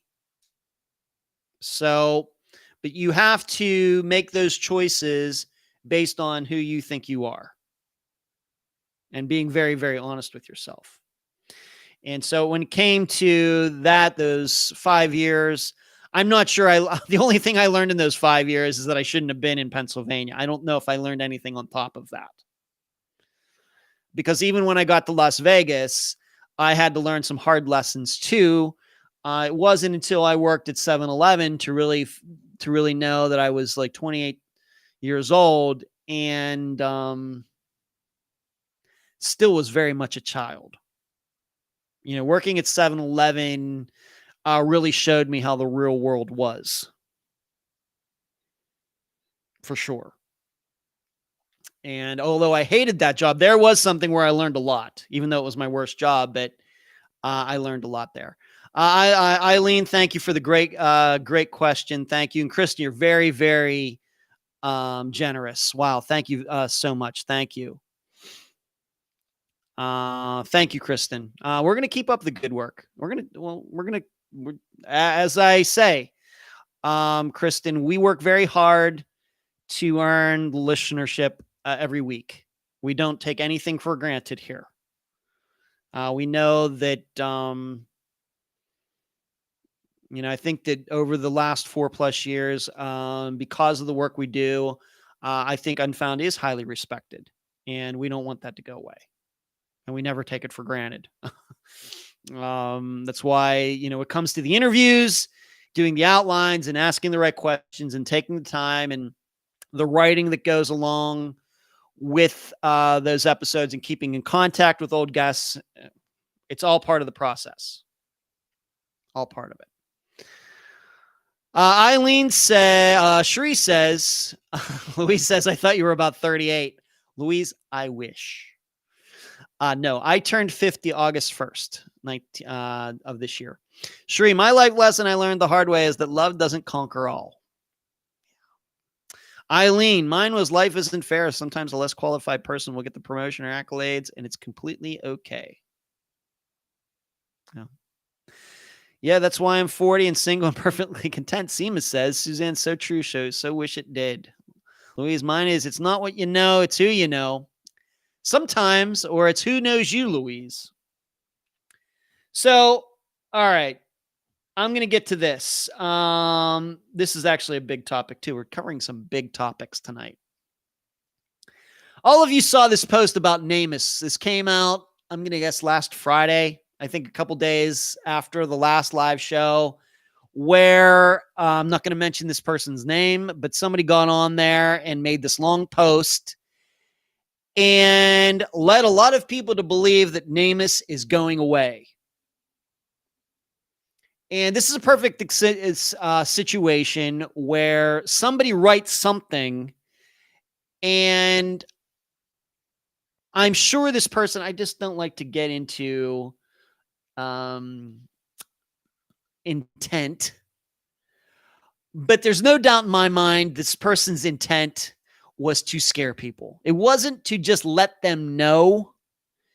It was kind of the way it's written and everything. It's to scare people. The problem is, if you read the statement, and I'm not going to read it because I don't want to give it any more credence than that, it doesn't say what everybody thinks it says. And it's a perfect example of how somebody can write something, and because people don't generally know how something is organized, it can cause people to think something that isn't true. The problem is also that this post about NAMUS going away in regards to the University of North Texas is that there are no specifics in it. In fact, it's very nebulous, but a lot of people have attached specifics to it because of the fear that this post generated. And I would guess that if I hadn't been doing Unfound for the last 4+ years, that I probably would have reacted like a lot of people did. They read it and they were like, oh my God. Whereas, it's one of those things that after 4+ years, you read a lot of things that are allegedly going to happen and don't happen. And you also know that there are people within the missing persons community who will gladly post things to scare people. And as I stated at the time, there's a reason that we're not allowing any posts regarding this NAMUS post, any comments or anything like that to be posted in the group, because there's no facts out there. It's just one person's post saying that allegedly scaring people to believe that NAMUS is going away. Even though that's not what the post says, I think that's what this poster wanted people to believe. Here's how NAMUS works, if you don't know this. And then I'm going to read something from the guy who actually runs NAMUS, who actually works for the federal government, who is responsible for NAMUS. It was very clear to me after reading that post that this was just a person who was scared for his job. I'm not saying that there aren't concerns out there. But being that he was not specific on anything, he just says, well, it doesn't seem that we're going to be get together and you need to contact the National Institute of Justice and you tell them that University of Texas, North Texas needs to continue. Then I start thinking, there's something about that this doesn't sound right. Because if it truly was that NAMUS was going away, he would have said so. He would have said, here's the reason NAMUS isn't going to exist. Our budget is this, yada, yada, yada, yada, yada. But he was very nebulous. And then he said, well, you need to start writing National Institute of Justice and petition them. Well, this sounds like somebody who just wants to keep his job. Here's how NAMUS works. We know NAMUS has been around for a while. But NAMUS is not run by the federal government. As I gave the example in the group, that NAMUS is no different than when a city puts out a bid to pave a road. They need Main Street paved. They don't have a paving crew. They don't have paving. They may have a little crew that goes around and fills potholes in and paints curbs, but they don't have a whole crew to go in, tear up a road, and repave it. So they put the bid out, and private companies bid, and then one of them gets it. This is how NAMUS works. You can even go to the National Institute of Justice site and see how it works. And what they call that, the budget for NAMUS is called an award. That's what they call it, an award. What that means is the federal government comes up with NAMUS, and then they have a budget for it, and different schools or organizations can bid to run it. And it may be that the National Institute of Justice in the Justice Department says, we have a budget of $4 million. Can somebody run NAMUS for us at this budget? And it just happens to be for all these successive years that the University of North Texas and the Science Center, whatever it's the long name, has been the one that's been running it for these years. That's what's been going on. Now, just because the University of North Texas is worried about NAMUS doesn't mean that NAMUS is going away. What it means is maybe the bidding process is up again and University of North Texas is afraid they aren't going to get it this time, which means anybody who works on it at the University of North Texas is going to lose their job. And those jobs are going to go somewhere else, maybe to another school, another organization. I don't know. Okay, you can look, I'm not making this up. You can look it up for yourself. It's not a de facto thing that the University of North Texas gets to run NAMUS just because. They are not entitled to it. At the original date, whenever it was, they put in a bid to do this, and they've been doing it. Now, what is going on? What it sounds to me like, and here's the other reason I know NAMUS isn't going away, and once again, I posted this in the group. Just within the last month, there was a bill in the United States Senate that had something to do with NAMUS, had something to do with adding something to it or improving it somehow or whatever else. It's just a bill right now, but I don't know where it's going to go. But the important thing you have to realize is it was co-sponsored by John Cornyn from Texas, who is a Republican. And it was also co-sponsored by Kamala Harris, who is soon to be the vice president of the United States. And we know that she is a Democrat. So a Democrat and a Republican got together to bring this bill forward, in which part of it has something to do with NAMUS. Does that sound like something to you they would do if they thought NAMUS was going away on January 1st, 2021? Now, it very well may be that this award that has been given out for NAMUS over the past, and I've looked at the budgets, it started, I think, in the 3s. It went up to 5. It came back to 4. And when I say 4 million, 3 million, 4 million, 5 million, back to 4.5 million. It very well may be that the National Institute of Justice says, you know what, 2021, I think we can only budget like $3 million for it. And that sucks. Okay, that sucks. If they're going to cut the budget for the running of NAMUS by, let's say, it went from 4 to 3, so down by 25%, that sucks. But that's not what the Post says. Now, that may be happening, but if that's what it was, why didn't the person just say that? Why didn't the person just say, well, the last few years, our budget has been $4.5 million. And this coming year, the award, this bid is that any group, including us, is now expected to do the work for $3 million, and we're not going to be able to do it. If that's the situation, why didn't the person just write that? Because those would be the facts. But there are no facts in that post. It's just a bunch of emotion. So that leads me to believe maybe something else is possibly going on. I don't know what's going on, but it's clear to me the way I understand that NAMUS gets its money and what this post says are two different things. And unfortunately, what this has done is this has scared a lot of people. A lot of people who've already had a lot of fear in their lives. A lot of missing persons families read a post like that and they start to get worried because they automatically default to the worst thing possible. Okay. Whereas I'm not sure what to think because the post doesn't have a lot of facts in it. And I think if this person had facts, he would have put them in the post, and I would encourage him to do so. But you know me, doing as many interviews as you've heard me do, you know that I get suspicious when people say things, but there's no facts to back it up.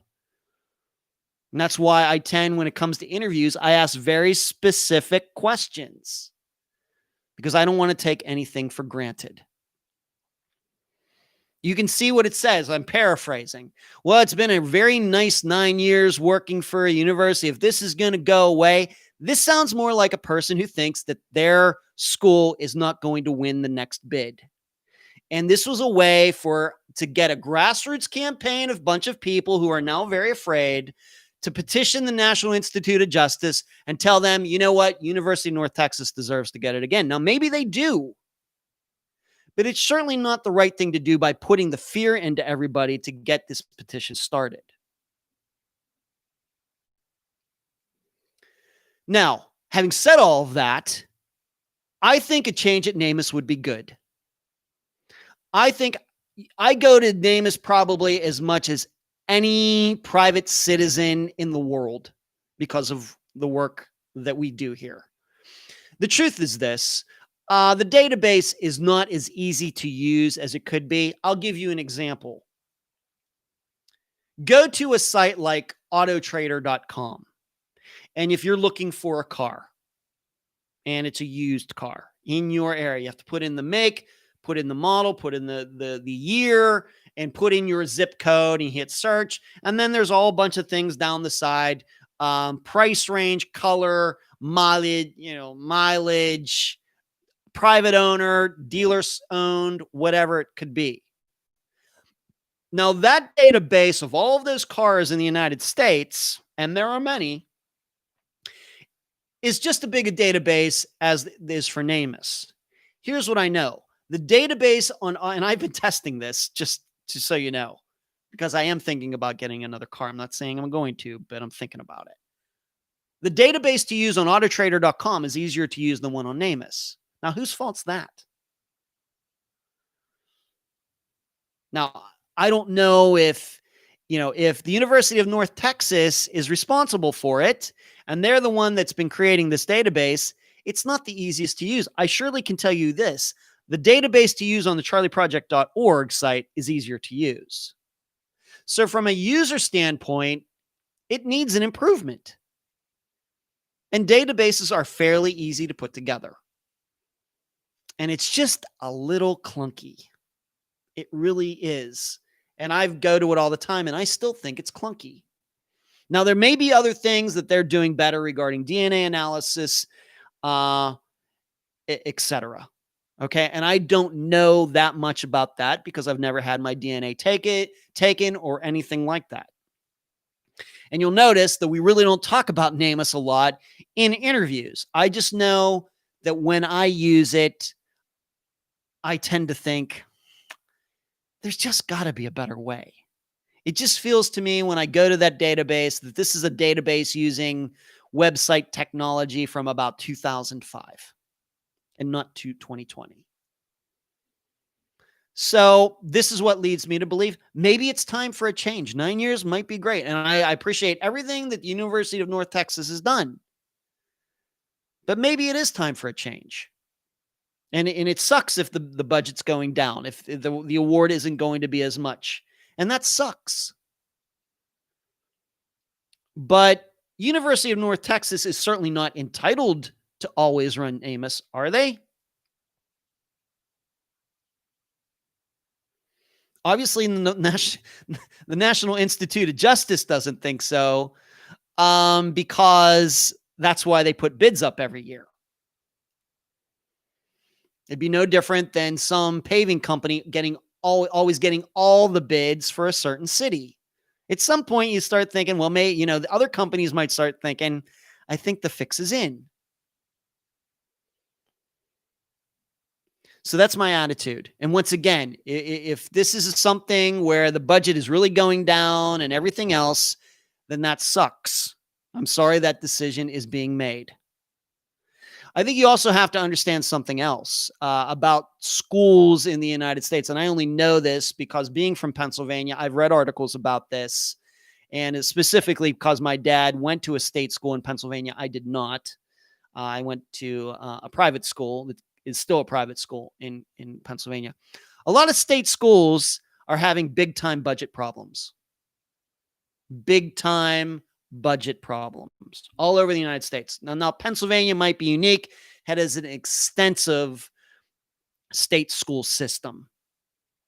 But I start to wonder if could part of this situation regarding University of North Texas and NAMUS also be a situation that maybe University of North Texas is hurting for money? Maybe. That's something that occurs to me as well.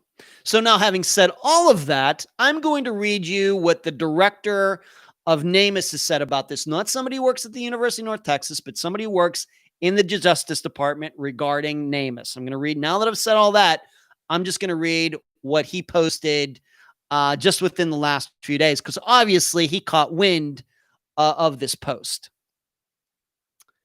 Thank you for reaching out. And I want you to know, I've talked to this guy before, not recently. I've only ever spoken to one person at NAMUS, and it was this guy.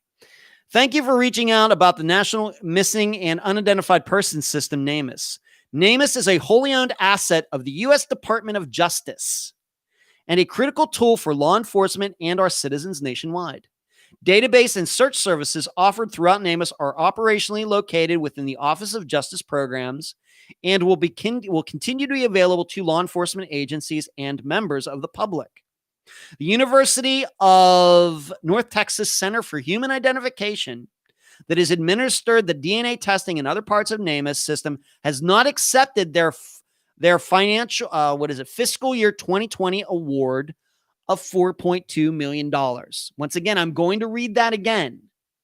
The University of North Texas Center for Human Identification has administered the DNA testing in other parts of the NAMUS system has not accepted their fiscal year 2020 award of $4.2 million. Now, what I would consider to be fiscal year, that's in government terms, I believe fiscal years go from September to September. They are not calendar year, not January to December. Fiscal years are September/October to September/October, something like that for whatever reason. Don't even get me into that. But fiscal year is not calendar year. That's what you need to know. Once again, I'm going to read it again. The University of North Texas Center for Human Identification that has administered the DNA testing and other parts of the NAMUS system has not accepted their fiscal year 2020 award of $4.2 million. Now, does that sound like what that guy wrote on Facebook at the end of last week?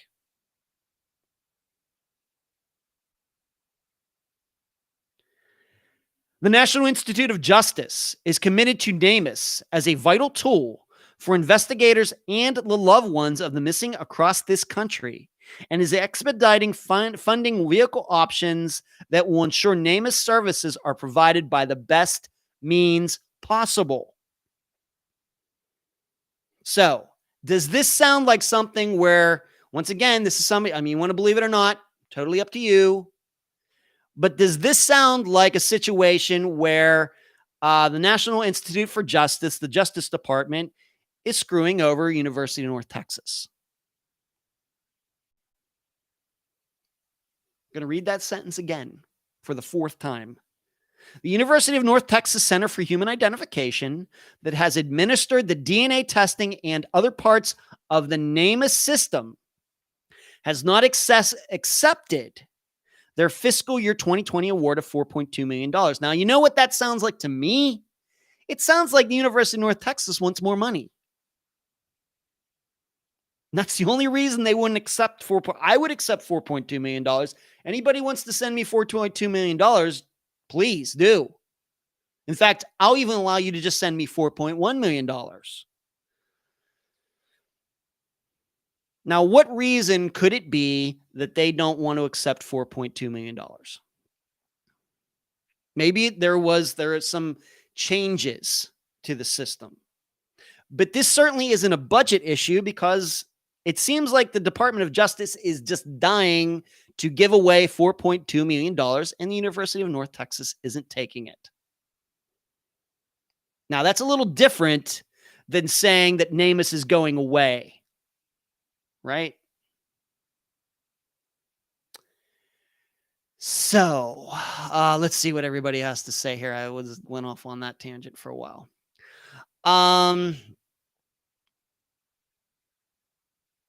Louise says we're both Leos. Mine's 20th August. Yeah, I'm right there smack in the middle. You're kind of on the cusp, Louise. I'm right there in the middle, August 1st. Zebra Lace says single life is okay, but can't be miserable. I love it. Louise, I was asked to sign a petition to keep NAMUS still going and not to finish. Obviously, what I just read is totally contradicts what was written on Facebook the end of last week. Eileen says, completely agree on changes. SEMA, NAMUS interfaces with law enforcement agencies all over the country. It would be a massive undertaking to upgrade their database across all those platforms. SEMA fiscal year can be any 12-month period. It's up to the entity. SEMA, you may be right about that. I'm just thinking, for congressional budgets, although it doesn't seem we do that anymore in the United States. It seems to me that fiscal year, usually when it comes to the federal government, and has usually been September. I always thought it was September to September. I'm going to look that up. Hold on, because this would have something to do with.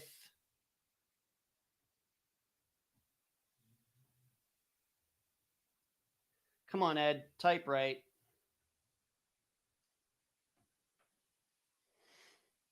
Let's see here. United States federal government. Boy, I was right.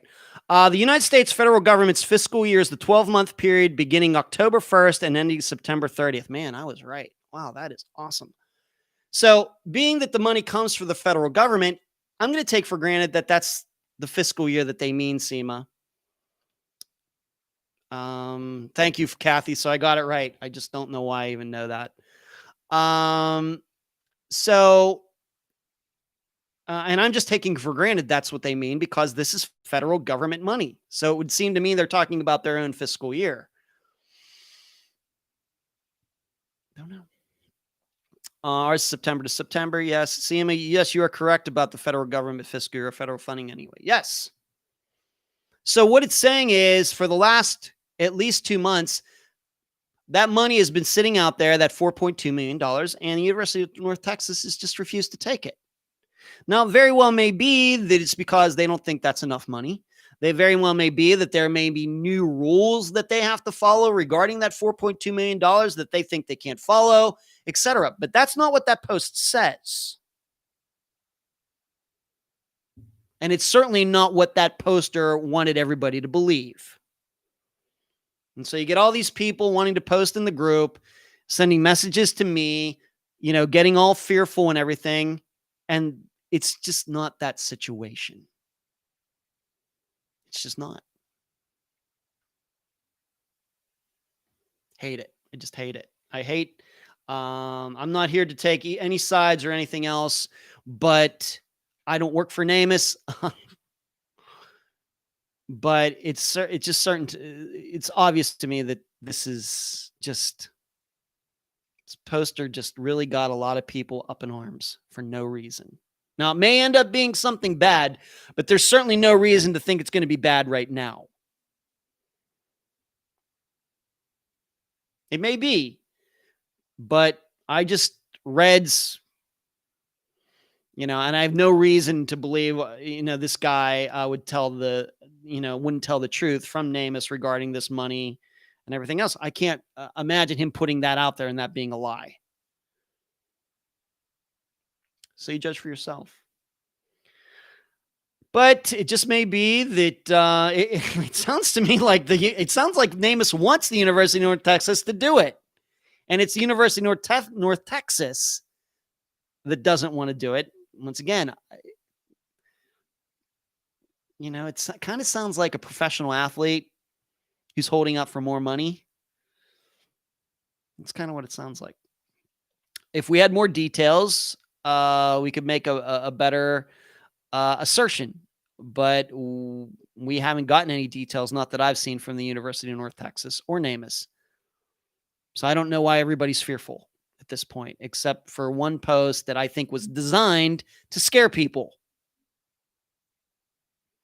Let's move on to this. One more thing, and we're going long. This might be the longest live show ever, but we got a lot of great topics tonight. I love it. Steve Pankey. He's been given a $5 million bond, which means he's not been remanded. It seems that if he can come up with the cash somehow, that he'll be able to be a free man, at least until his trial comes around.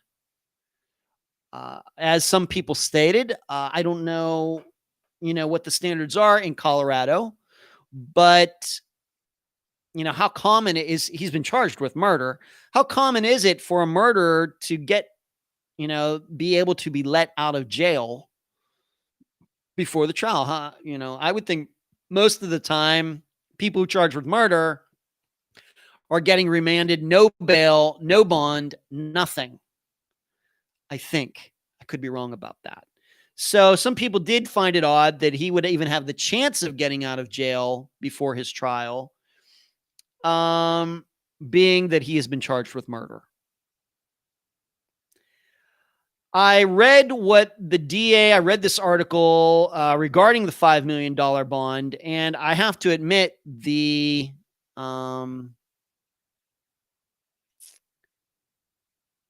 DA did not convince me. And I found myself agreeing more with the defense attorney for Steve than I did with the prosecution, just in this article that was written, that was attached to Steve in the news, that he was getting $5 million bond. The defense attorney said all the things that I would have exactly said. I'm not saying Steve didn't kill Jolene, or is it Janelle Matthews? He may very well have, but the DA didn't convince me of that in the statement. Now, granted, he doesn't have to worry about anything until the trial starts. You know, whatever he says in public is inconsequential. But I will bring up the comparison that I think I've made before. I think it is Janelle Matthews. That let's compare this to the disappearance of Kamisha Hollis, who lived with her man, the father of her 3 children. And if you remember that episode, he was very controlling. His name was Marvin Young, very controlling of Kamisha, to the point that when she was at work, he expected her to have her phone on with a camera so he could watch her at work. Do you remember that? And then, of course, she disappeared. And I remember at the time thinking, oh, it does seem like he did something to Kamisha, but you know, there's a lot of wiggle room in there.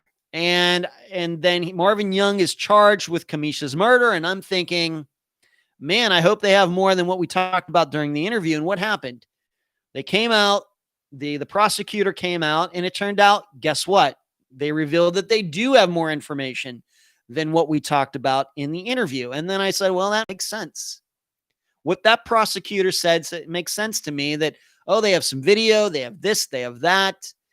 And it makes sense why he got charged with murder. And I instantly felt better that this prosecution would be successful. Of course, it hasn't happened yet. And Kamisha Hollis's remains have still not been found. But I had doubts. And then a public statement was made by the DA's office of the prosecutor, and they revealed more information. And I was like, oh, now I understand. With Steve Pankey regarding Janelle Matthews' murder, I don't feel that way, even after these public comments that have been made. I don't feel any different about this than when I interviewed him. I'm not saying he didn't kill her. What I'm saying is I've not heard any facts that lead me to believe that he did. And in fact, I agree with his defense attorney saying that Steve's a little weird. And the only reason that he is even a suspect in this is because of what he's done to put himself front and center. I agree with that. And so I don't know where this is going to go. I know that my assistant Sheree absolutely believes that he killed Janelle. I know many people do. I'm not here to argue with any of them. All I'm saying is that I've heard no facts to believe that he did. Certainly not even close to what, for example, in Kamisha Hollis's disappearance. If you don't know that episode, please go back and listen to it and you'll see what I mean. We can even talk about Tiffany Johnson, of course, her ex-boyfriend who seemingly killed her. Of course, her remains have not been found either, but he got charged with kidnapping, was found guilty, and now he's in jail. But that's another situation where they had enough evidence. They went to trial. He was found guilty. He went to jail. And in both of those situations, and I didn't write down his name, but Tiffany Johnson's ex-boyfriend and Kamisha Hollis's boyfriend, certainly know more information, more facts about that and why the prosecution chose to charge them than we know about Steve Pankey. And so that's how I'm judging this against other disappearances that, and we presume murders, that Unfound is covered. Those have way more information, at least public, than Steve does. And it seems to me the DA has had now 2 chances to reassure the public of why they've charged Steve. And to me, it hasn't been very reassuring. It hasn't. But we'll see. Now, who knows when it'll go to trial? I might, given COVID and everything else, it might be a few years. So Steve, if he can come up with $5 million or whatever you have to do in those situations, he might be out of jail for a while. Might be on a ankle monitor or something. but he might be lounging at home for a while before the trial ever happens. So you might want to check that story out as well. All right, let's move on to, man, it's a long show tonight. Let's see. Luis says it must be a database is used by many companies. Surely it helps find missing people. Must be updated daily because of the large volume of missing persons cases. It's supposed to be, Luis. Tammy, you did such a great interview with Pankey. Would you be surprised called as a witness? Maybe. I've not been contacted. You should know, for the record, I've not been contacted by anybody. And, if I would be, I don't know if I could say so or not, but I'm telling you honestly, I've not been contacted.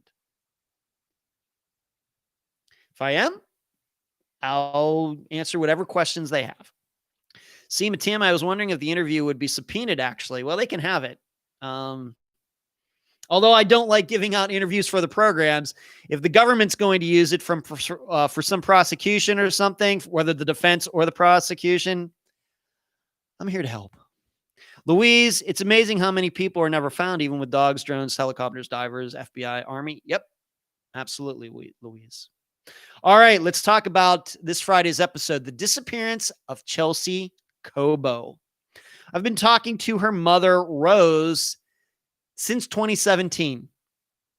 And you should know, though, that Rose technically is not Chelsea's mother. She is her aunt. But because Chelsea's mother had some a mental illness and she was not fit to be a mother mentally, Rose raised Chelsea and became her de facto mother, her guardian, etc. So I just want to clear that up. But Chelsea disappeared from Brooklyn, New York, early morning hours of May 7th of 2016, so about 4.5 years ago. Like I said, the guest will be Rose, her de facto mother, her legally recognized mother. And the episode, the title is going to be a strange one. The title is The Roommate, The Visitor, and The Mystery Man. Now, the reason is because Rose did not want to mention anybody's names during our interview because these people, she still lives in the area. She has other children. In fact, Chelsea has a son. And some of these people are dangerous. Although I will tell you, you can find these people's real names out there on the internet somewhere. I'm not going to direct you. You can do that for yourself. But Rose, for the purposes of the interview, did not want to name them. And when it comes to that, I always go along with what the guest wants to do. I can't make them say things. They agree to say things, and then they say them. This is certainly a situation where I think you're going to listen to it and think that there's a very good probability that Chelsea got sex trafficked. It's a very strange situation where she said she decided she was going to clean her act up. She'd become an addict, and she was taken to one hospital, and then this hospital shipped her off to another hospital. And then before Rose knew it, Chelsea is calling her, and Chelsea is in her new boyfriend's vehicle. That's the person known as the Visitor. And he's driving her around Brooklyn late at night into the next morning when she said she was wanting to go to rehab and get her, become a non-addict. And the Visitor then says that he dropped her off on 63rd Street in Brooklyn. And at that point, doing an investigation on her own, Rose was able to figure out that Chelsea called a car service and took her to Sunset Park about a mile away. And Rose was able to, the police or whoever was able to track down this driver who said that when he dropped Chelsea off, a couple men were waiting for her. Then allegedly she was seen at a local club near there. I don't know if I believe that or not, but then she went missing. And we, of course, covered another disappearance from that same general area, but from the Bronx. Earlier this year, Cassandra Ramirez. It's kind of the same, but not. I don't know if there are any signs that she got sex trafficked, but we could believe that Chelsea got in with a group of people who wanted to force her into prostitution. It's one choice among a few. All we know is on the early morning hours of May 7th, 2016, she went missing. And these people, the visitor, her boyfriend, this very new boyfriend, says that he dropped her off and has nothing to do with her disappearance. There's another young woman known as the roommate who knew her, who said, yeah, she took off with some guy, and that's the mystery man who's never been identified. Reminds me a lot of Jesse Foster's disappearance, who certainly was sex trafficked. Kind of a lot of the same things going on. So once again, this will be the disappearance of Chelsea Cobo. Disappeared May 7th, 2016, from Brooklyn, New York. The title of the episode is The Roommate, The Visitor, and The Mystery Man.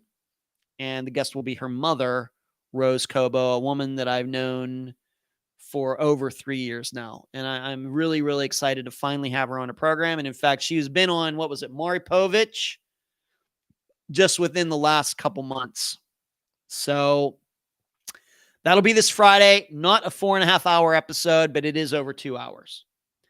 So that's all I have for tonight. Man, that was a long show, and my voice still feels pretty good, which is nice. So tonight, I told you about how I'm going back to Pennsylvania tomorrow, then driving back to Florida on Friday with my dad. It's been a little chilly here. Haven't done any of my Christmas shopping yet. Talked about the Robin Abrams poll and police and good cops versus bad cops. Talked about Fort Hood and Fort Bragg, kind of along the same lines. Upcoming schedule, regular Friday episode this Friday, regular disappearance episode next Friday, and then an update episode to finish the year on Christmas Day. Length of episodes, 4.5 hours. The length of episodes are just what they are. Klishindra Hall, some local coverage there within the last couple days. Trying to get somebody from Adventures with a Purpose on the program. We'll see if we can do that. Talked about NAMUS, got on my soapbox a little bit for that.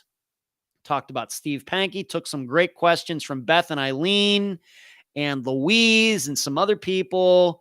Some questions that I haven't gotten before. I love that. And then finished up talking about how this Friday's disappearance will be Chelsea Cobo. So, what do we got? It's amazing. Kathy, have a safe trip back and forth to PA. I'm going to try to do that, Kathy. I won't be doing the flying, but I will be doing the driving, Kathy. So, just have to understand that. Lou, you're just getting, I'm finally made alive, but you're just finishing 4 a.m., 15 a.m. Hello, everyone. Where are you, Lou? Before we sign off, you got to tell us where you are. It's 4:15 a.m. somewhere. Eileen, thank you. Thank you. Thank you. Seema, thank you. Everybody for the contributions tonight. I mean, just amazing. Seema and Eileen and Kristen. Thank you so much. You're very, very, all of you, very generous. Thank you. So, England. Okay, Lou Jinx in England. Well, welcome. You have Louise is from the United Kingdom too. Lou, maybe you know her, or maybe you two need to connect or something. I got to go. It's been 2 hours and 18 minutes. Longest live show maybe ever, but so much good stuff tonight. Love talking to you, all of you. And good night.